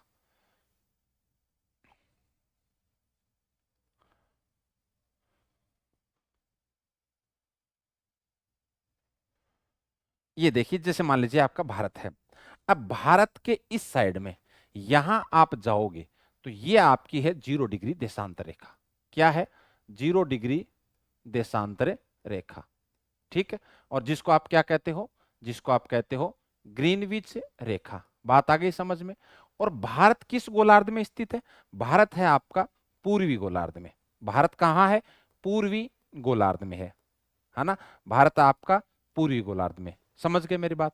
अब इधर से यदि आप भारत की तरफ बढ़ोगे तो भारत का जो पहला बिंदु आएगा वो ये आएगा, ये बिंदु आएगा, यानी यहां से भारत का देशांतरीय विस्तार शुरू होगा। और ये जो भारत का देशांतरीय विस्तार शुरू होगा, ये जिस देशांतर पे है वो आपकी है 68 डिग्री 7 मिनट पूर्वी देशांतर रेखा। पूर्वी देशांतर रेखा, पूर्वी देशांतर रेखा। क्लियर मेरी बात? अब जैसे जैसे आप आगे बढ़ोगे देशांतरों का मान बढ़ेगा, इधर लास्ट देशांतर भारत के इस बिंदु से गुजरेगा, और ये जिस बिंदु से गुजरेगा उस देशांतर का मान है 97 डिग्री 25 मिनट पूर्वी देशांतर रेखा। पूर्वी देशांतर रेखा ये क्या है? भारत का अंतिम देशांतर है। तो भारत का देशांतरीय विस्तार शुरू होगा 68 डिग्री 7 मिनट पूर्वी देशांतर रेखा से 97 डिग्री 25 मिनट पूर्वी देशांतर रेखा। बात समझ में आ गई? तो भारत का जो देशांतरीय विस्तार है उसको आप क्या लिखोगे? भारत का देशांतरीय विस्तार क्या है? भारत का देशांतरीय विस्तार है 68 डिग्री 7 मिनट। इसको आप ई लिख सकते हो शॉर्ट में। ई का मतलब ईस्ट यानी पूर्वी देशांतर रेखा। 68 डिग्री 7 मिनट पूर्वी देशांतर रेखा से 97 डिग्री 25 मिनट पूर्वी देशांतर तक, ये भारत का देशांतरीय विस्तार है। बात आ गई मेरी समझ में? यहां अब जो बिंदु है, जैसे ये जो बिंदु है, ये जहां से देशांतर गुजरता है, इसका नाम है गौर माथा या माता जो भी है ना। और ये आपका गुजरात के अंदर पड़ता है। ये क्या पड़ता है? गुजरात के अंदर पड़ता है। और ये जो भारत का बिंदु है, ये भारत का सबसे पूर्वी बिंदु है, और इसका नाम है किबिथु। क्या नाम है? किबिथु। ये वालांगू जिले में पड़ता है। वालांगू जिला पड़ता है आपका अरुणाचल प्रदेश में। अरुणाचल प्रदेश में ये आपका सबसे, अरुणाचल प्रदेश में, और ये भारत का सबसे पूर्वी बिंदु है, ये भारत का सबसे पश्चिमी बिंदु है। अब आपके 5 पॉइंट हो गए। भारत का सबसे उत्तरी बिंदु इंदिरा कोल, भारत का सबसे दक्षिणी बिंदु मुख्य भूमिका वो आपका केप केमोरिन कुमारी अंतरीप या कन्याकुमारी, और भारत का दक्षिणतम बिंदु या संपूर्ण भारत का दक्षिणतम बिंदु है वो आपका हो गया इंदिरा पॉइंट या पिग्मेलियन पॉइंट या पार्सन पॉइंट। भारत का पश्चिमी बिंदु गौरमाथा और भारत का पूर्वी बिंदु किबिथु। यहां तक बात आई समझ में? अब उसके बाद हमने एक चीज और देखी थी कि ये जैसे हमने विस्तार देखा था भारत का उत्तर दक्षिण, वैसे ही आप ये भी देख सकते हो। ये जो आपका विस्तार होगा, एक मिनट, ये जो विस्तार होगा, ये जो विस्तार होगा आपका, ये विस्तार, ये जो विस्तार होगा, ये देखिए, ये विस्तार कितना है? ये है 2933 किलोमीटर, 2933 किलोमीटर। अब देखिए यहां पे क्या क्या पॉइंट बन सकते हैं।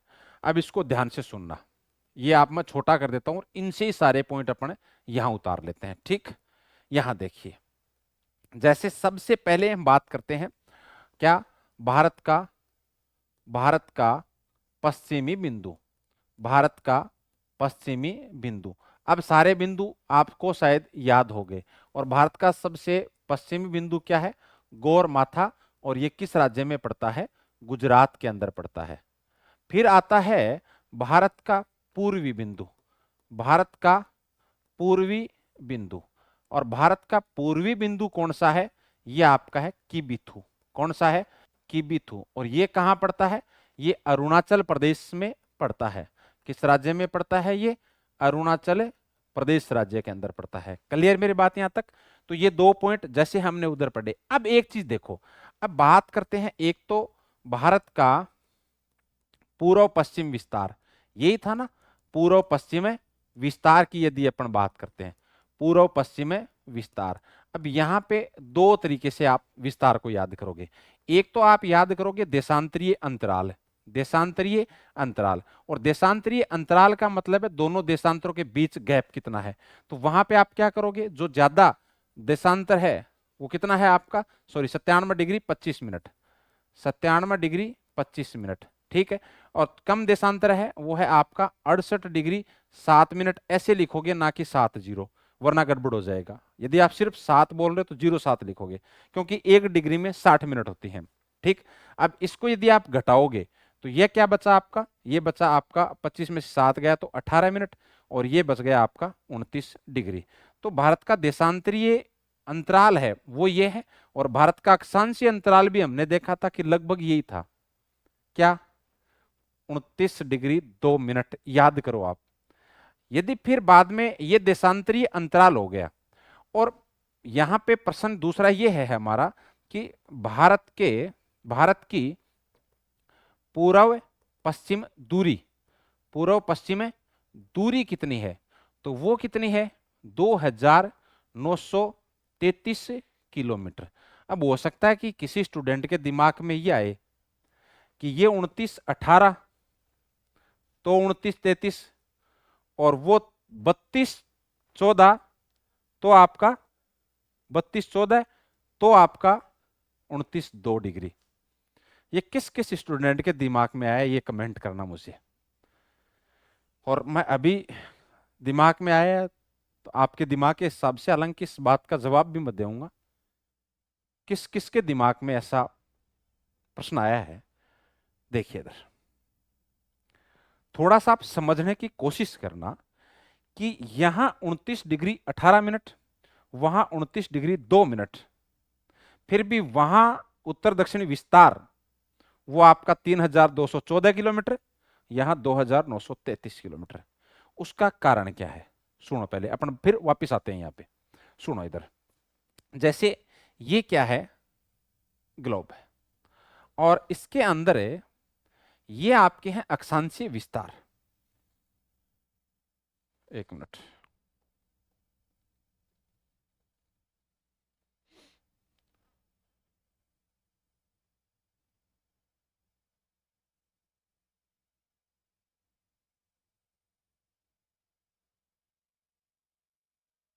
ये सिर्फ मैं समझाने के लिए बना रहा हूं, बाकी इन अक्षांशों का मान ज्यादा है।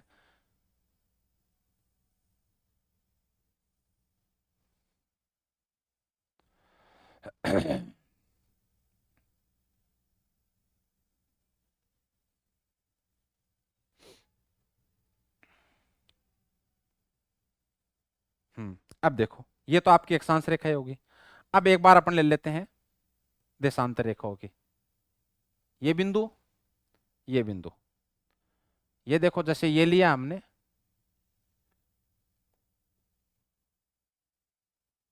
ये लिया, ठीक।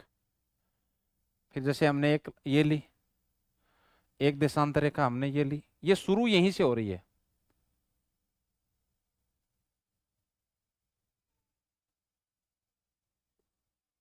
ये जाके समाप्त आपके ध्रुवों पर ही होगी।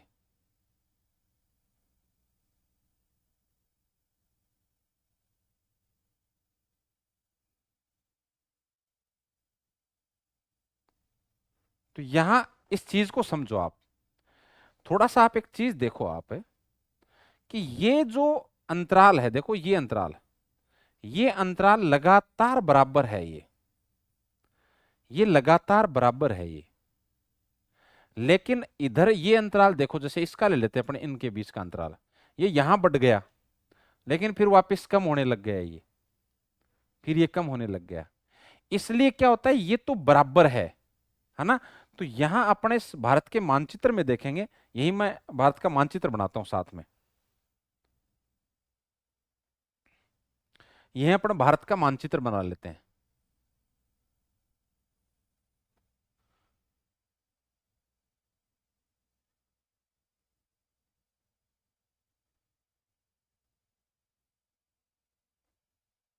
अब ये जो अंतराल होगा ये तो बराबर होगा, ये अंतराल तो बराबर आएगा लगातार। लेकिन ये जो अंतराल होगा ना, ये अंतराल ये बराबर नहीं होगा आपका, यहां ज्यादा है तो यहां कम हो जाएगा। इसलिए ये आपके अंतर आया है ये, क्योंकि अक्षांशों के बीच में, दो अक्षांशों के बीच में अंतराल हमेशा बराबर रहता है। जबकि देशांतरों पर क्या होता है, भूमध्य रेखा पर जो अंतराल होता है दो देशांतरों के बीच, वो तो अधिकतम होता है। और जैसे जैसे भूमध्य रेखा से आगे बढ़ते हैं, अब नॉर्मल सी बात है कि देशांतर रेखा अपने जब भी जैसे 0 डिग्री अक्षांश रेखा है यहाँ पे मान लीजिए, अब जैसे जैसे हम ऊपर की ओर बढ़ेंगे, क्योंकि भारत कहाँ पर है, भारत तो आपको उत्तरी गोलार्ध में, अब जैसे जैसे हम ऊपर की ओर बढ़ेंगे तो इन देशांतरों के बीच का मान कम होने लग जाएगा।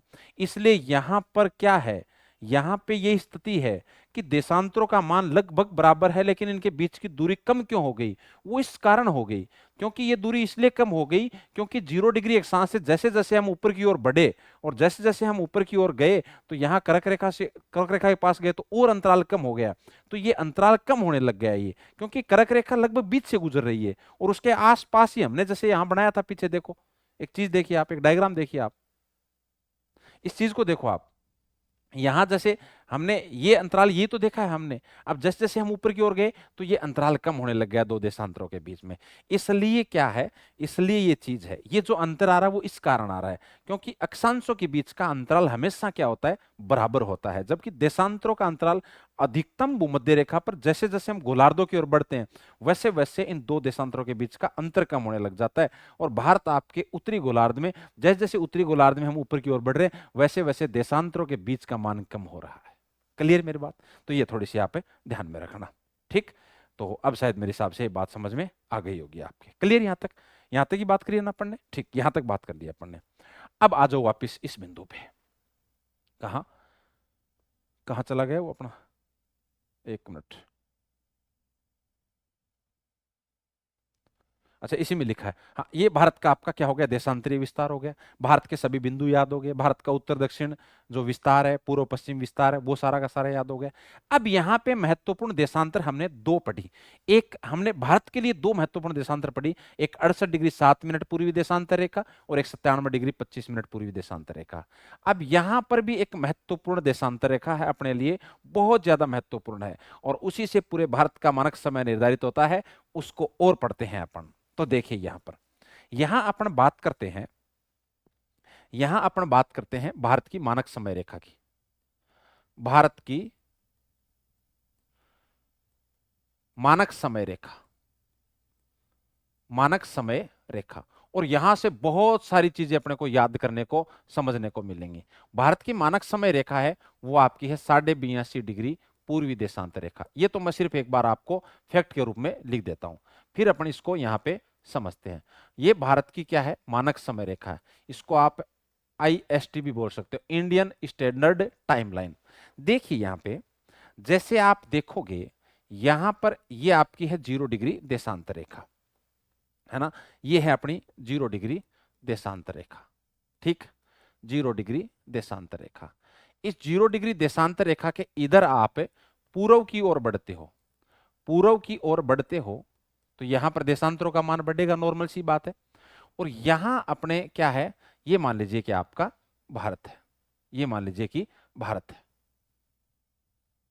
ठीक, अब ये जो भारत है, इस भारत का जो देशांतरी विस्तार है वो आपका यहां से शुरू होगा और यहां तक जाएगा, ये अपन ने इतना पढ़ा है। अब यहां अपन बात कर रहे हैं भारत की मानक समय रेखा की। भारत की मानक समय रेखा का मतलब है कि एक ऐसी मानक समय रेखा जिससे पूरे भारत का समय निर्धारित किया जाता है। पूरे भारत के अंदर एक ही समय होगा, चाहे सूर्य कहीं पर भी हो, चाहे स्थानीय समय कुछ भी हो, लेकिन पूरे भारत का मानक समय एक ही होगा। और उसके लिए हम एक मानक समय रेखा निर्धारित करते हैं। ये मानक समय रेखा निर्धारित करते कैसे हैं, ये मानक समय निर्धारित करते कैसे हैं? देखिए यहां पे ये है आपकी 0 डिग्री देशांतर रेखा। ये यहां पे समझने वाली बात है, इसको थोड़ा सा आप समझना। ये चीज तो एकदम आपके समझ में आ गई होगी। इसको बोलते हैं ग्रीनविच रेखा, ग्रीनविच, ग्रीनविच रेखा। ठीक है, और यहां जो टाइम होगा उसको बोलेंगे आप GMT, ग्रीनविच मीन टाइम।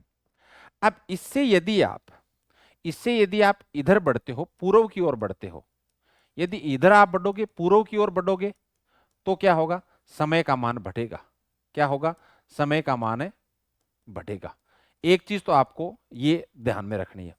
और इधर यदि आप पश्चिम की ओर बढ़ोगे, इससे इससे यदि आप पश्चिम की ओर बढ़ते हो, पश्चिम की ओर बढ़ते हो तो समय का मान कम होगा, समय का मान क्या होगा, कम होगा।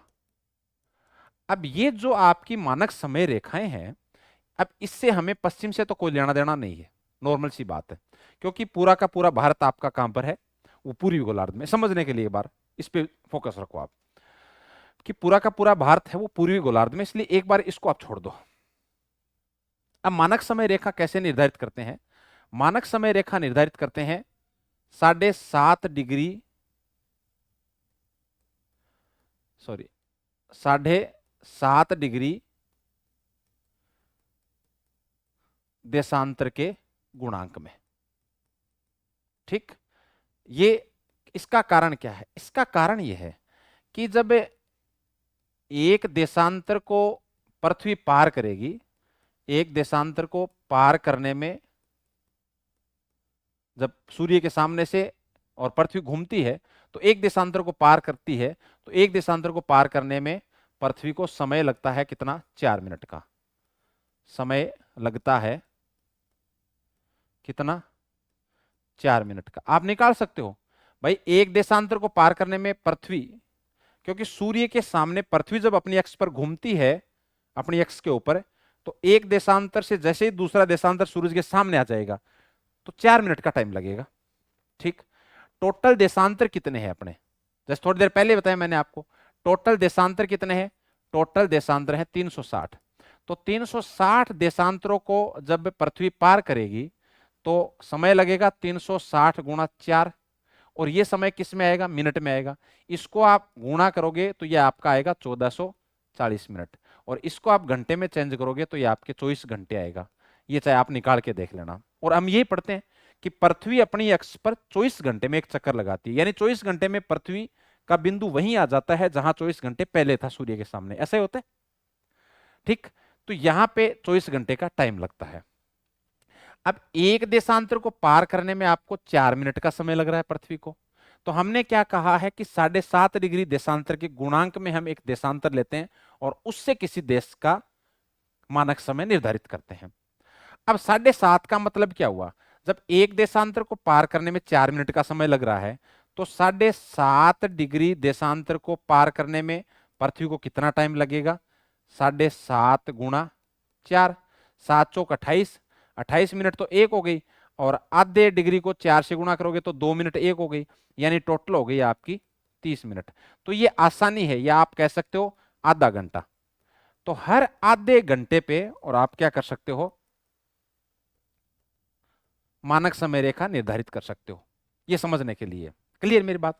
मेरा कहने का मतलब ये है, यहां से जैसे आप आगे चले और आप गए यहां पर, और यहां एक देशांतर ले ली हमने 7.5 डिग्री पूर्वी देशांतर, ई का मतलब समझ गए। अब ये मैंने क्या कहा, जैसे जैसे हम पूर्व की ओर जाएंगे पूर्वी गोलार्ध में, वैसे वैसे समय का मान बढ़ेगा। अब 7.5 डिग्री पूर्वी देशांतर आगे बढ़े, तो मान लो यहां 12 बजा है दोपहर का, तो यहां टाइम क्या होगा? 12:15। क्यों? Sorry, 30 minute, 1 minute, 30 minute. क्यों? क्योंकि 7.5 डिग्री देशांतर को पार करने में 30 मिनट लगेंगे, तो फिर बाद में ये जो टाइम होगा वो 30 मिनट आपके आगे चलेगा। फिर आप मान लो कि यहां आप आगे जा रहे हो और यहां पे आपके आ गया 30 डिग्री पूर्वी देशांतर, तो यहां जो टाइम होगा वो क्या होगा? 1 बज जाएगा। अब वो इससे कितना अंतर आ गया? 1 घंटे का। फिर ऐसे ही आपके आगे जाओगे तो आपके इसमें और जोड़ दो 7, अच्छा क्या लिख दिया? 30 डिग्री लिख दिया। 1 मिनट, 1 मिनट, रुको रुको, सॉरी, यह आपके क्या हो गई? 15 डिग्री पूर्वी देशांतर हो गई। फिर और आप 7 जोड़ दो, फिर और 7 जोड़ दो, 30 डिग्री हो गई। फिर 7, 37.5 हो गई, फिर 45 हो गई, फिर 7, फिर 7। तो ऐसे करते करते आप आगे जाओगे। तो अब एक बार आप इसको समझ लो, ये जैसे 15 डिग्री देशांतर रेखा है पूर्वी देशांतर, ये आपकी 30 डिग्री पूर्वी देशांतर रेखा है। ये मान लीजिए यहाँ पर 45 डिग्री देशांतर रेखा, इनके बीच में 7.5 भी है। फिर आपकी ये हो गई 60 डिग्री देशांतर रेखा, ये हो गई आपकी 75 डिग्री देशांतर रेखा, और ये हो गई आपकी 90 डिग्री पूर्वी देशांतर रेखा। समझ रहे हो मेरी बात? इनके बीच में आप 7.5 और ले लो।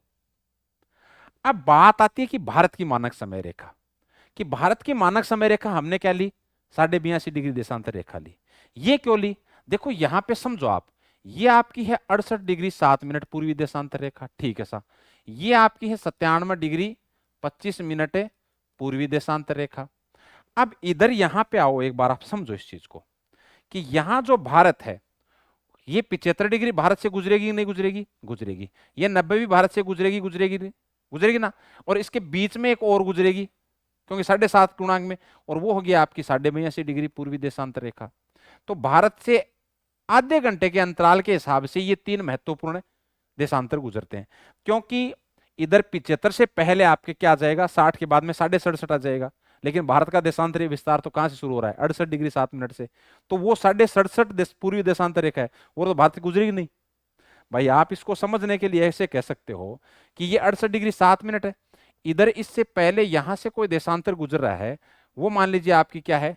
67.67 डिग्री पूर्वी देशांतर रेखा है।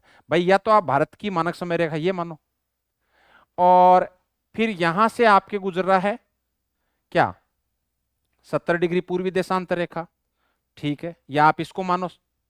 फिर यहां से आपकी गुजर रही है क्या 82.5 डिग्री पूर्वी देशांतर रेखा। इसके बाद यहां से गुजर रही है आपकी क्या 90 डिग्री पूर्वी देशांतर रेखा। फिर आपके 97.5 आएगी, वो इससे बाहर चली जाएगी। देखो ये 97.25 है, 97.30 इससे बाहर चली जाएगी, ये मान लो चली गई आपकी 97.30 डिग्री पूर्वी देशांतर रेखा।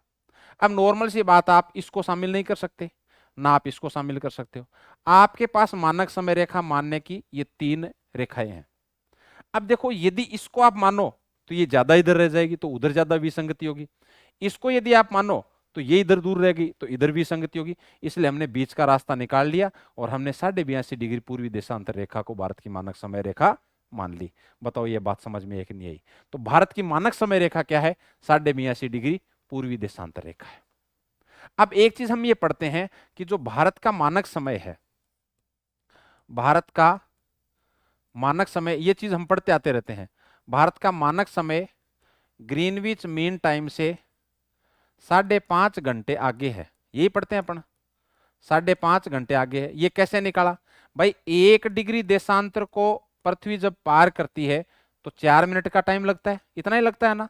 और यहां देखिए फिर बाद में 82.5 डिग्री को पार करो आप, तो 82.5 डिग्री देशांतर को जब पृथ्वी पार करती है सूर्य के सामने से, तो 82.5 डिग्री गुणा 4। अब इसको गुणा कर दो, आधे को 4 से करोगे तो 2 मिनट आएंगी आपकी, है ना, 2 मिनट आएंगी। 4 दूनी 8 और 8 चौक 32, ये 328 मिनट, और ये 2 मिनट, दोनों को जोड़ोगे तो 330 मिनट।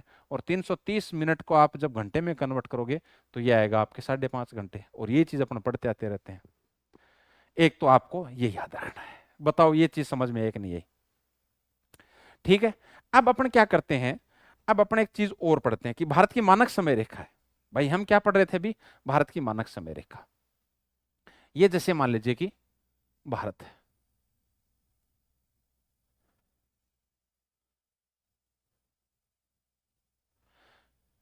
ठीक। भारत की मानक समय रेखा क्या है? भारत की मानक समय रेखा क्या है? भारत की मानक समय रेखा क्या है? 82.5 डिग्री पूर्वी देशांतर रेखा। ये बात तो सबके समझ में आ गई। ये जो भारत की, इसको आप इंडियन स्टैंडर्ड टाइम लाइन भी बोल सकते हो, आईएसटी भी बोल सकते हो।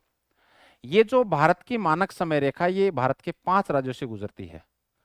भारत की मानक समय रेखा भारत के 5 राज्यों से गुजरती है।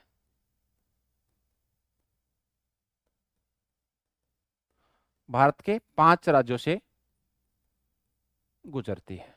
ये 5 राज्य आप याद करो, और ये 5 राज्य है ना, इनको भी क्रम से याद करोगे आप, उत्तर से दक्षिण।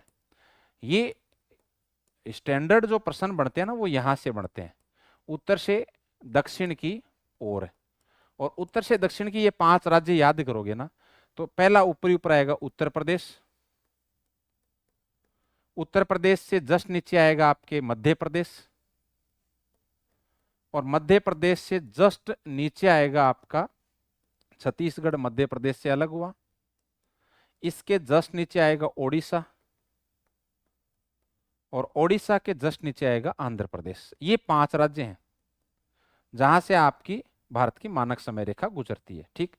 एक चीज आपको शायद समझ में आ रही होगी यहाँ पे, कि भारत की करक रेखा और भारत की मानक समय रेखा कॉमन 2 राज्यों से गुजरती है, मध्य प्रदेश और छत्तीसगढ़। लेकिन दोनों मिलती कहां है? वो छत्तीसगढ़ में एक सरगुजा जिला है, वहां मिलती हैं।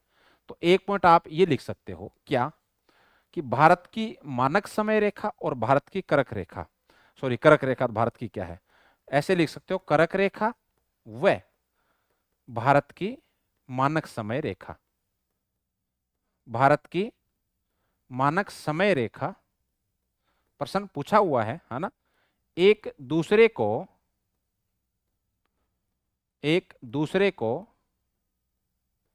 सरगुजा और ये सरगुजा है आपका छत्तीसगढ़ में।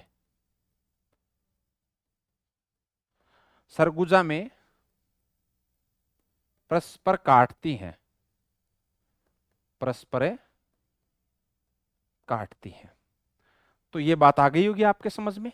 तो ये भी एक इंपॉर्टेंट फैक्ट है कि करक रेखा और मानक समय रेखा, जैसे मान लीजिए कि ये ऊपर से आपकी क्या आ रही है, देशांतर रेखा आ रही है, ये इधर से आपकी करक रेखा आ रही है, ये यहां पे एक दूसरे को काटती हैं।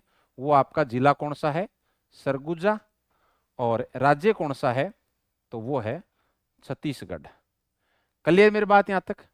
तो ये आपकी देशांतर रेखा भी हो गई। तो भारत का देशांतरीय विस्तार भी हो गया और भारत का अक्षांशीय विस्तार भी हो गया। देशांतर रेखा से समय का निर्धारण कैसे करते हैं, वो बात भी आपके समझ में आ गई। अब यहाँ पे एक छोटी सी चीज अपन और देख लेते हैं। जैसे यहाँ पे हमने ये पढ़ा है कि भारत की जो मानक समय रेखा वो 82.5 डिग्री, तो मैंने कहा ना 82.5 डिग्री लगभग भारत के बीच में से गुजरती है। इसलिए हमने इसको क्या है, ये इलाहाबाद, अभी तो प्रयागराज हो गया वो, है ना, प्रयागराज के पास नैनी है, वहां से ये गुजरती है।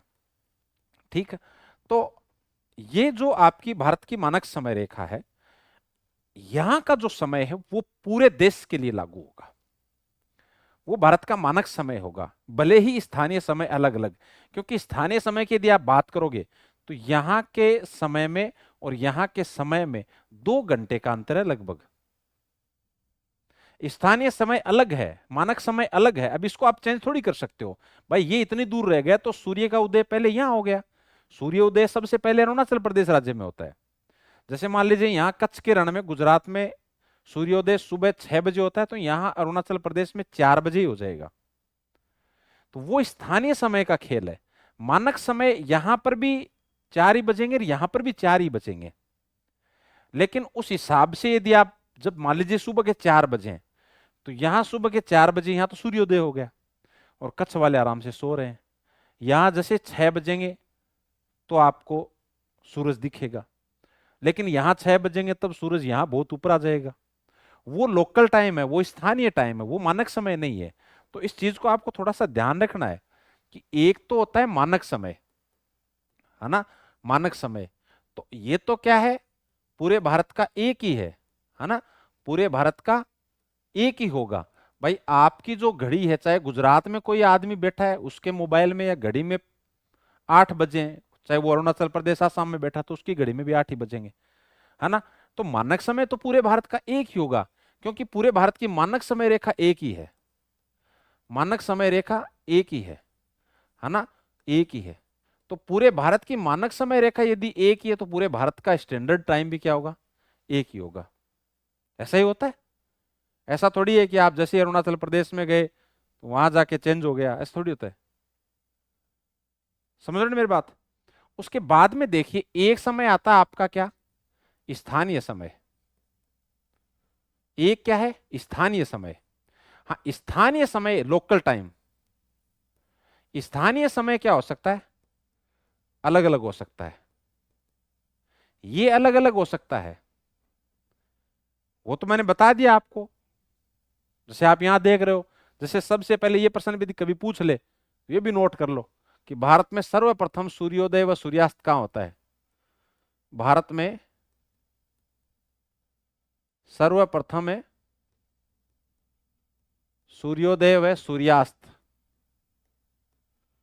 अरुणाचल प्रदेश राज्य में होता है।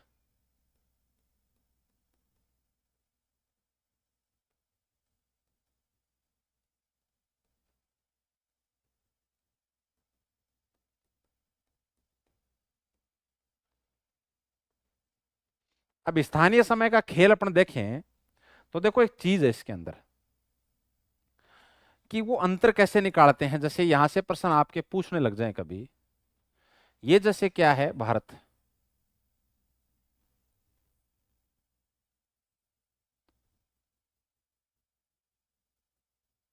ये भारत है आपका, और भारत के इस बिंदु का स्थानीय समय, इस बिंदु के स्थानीय समय, इनका अंतर क्या होगा। ये कितने देशांतर पर है, 38 डिग्री 7 मिनट पूर्वी देशांतर पर, और ये है आपका 97 डिग्री 25 मिनट है पूर्वी देशांतर पर। अब इन दोनों जो दोनों के आपके ये बिंदु यहाँ के देशांतरों का अंतर निकालो आप। सबसे पहले आप क्या करोगे, इन दोनों देशांतरों का अंतर निकालो, देशांतरों का अंतर निकालो। अब अंतर निकालोगे तो ये मान तो आपका क्या है 97 डिग्री 25 मिनट, और ये क्या है 68 डिग्री 7 मिनट।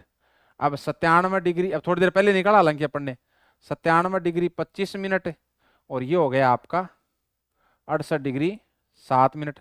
तो क्या आया था, ये तो आपकी 18 मिनट आई थी, और ये आपकी आई थी 29 डिग्री, ये अंतर आया था। अब ये दोनों इन बिंदुओं के बीच का देशांतरों का अंतर है। अब आप क्या निकालोगे, यहां समय का अंतर निकालो गया, इन दोनों देशांतरों के बीच के समय का यदि आप अंतर निकालते हो तो नॉर्मल सी बात है, एक देशांतर को पार करने में सूर्य को 4 मिनट का समय लगता है, तो 29 डिग्री 18 मिनट को सूर्य पार करेगा तो गुणा 4।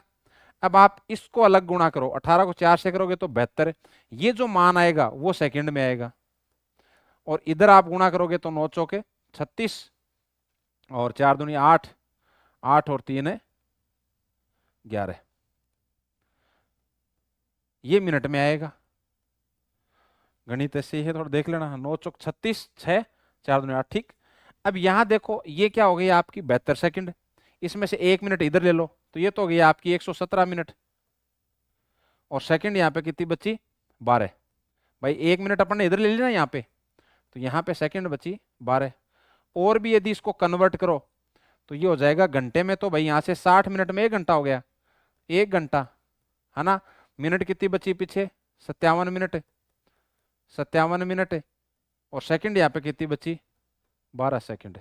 तो भारत का जो पूर्वी बिंदु और पश्चिमी बिंदु है, इनके बीच का स्थानीय समय का अंतर ही होगा।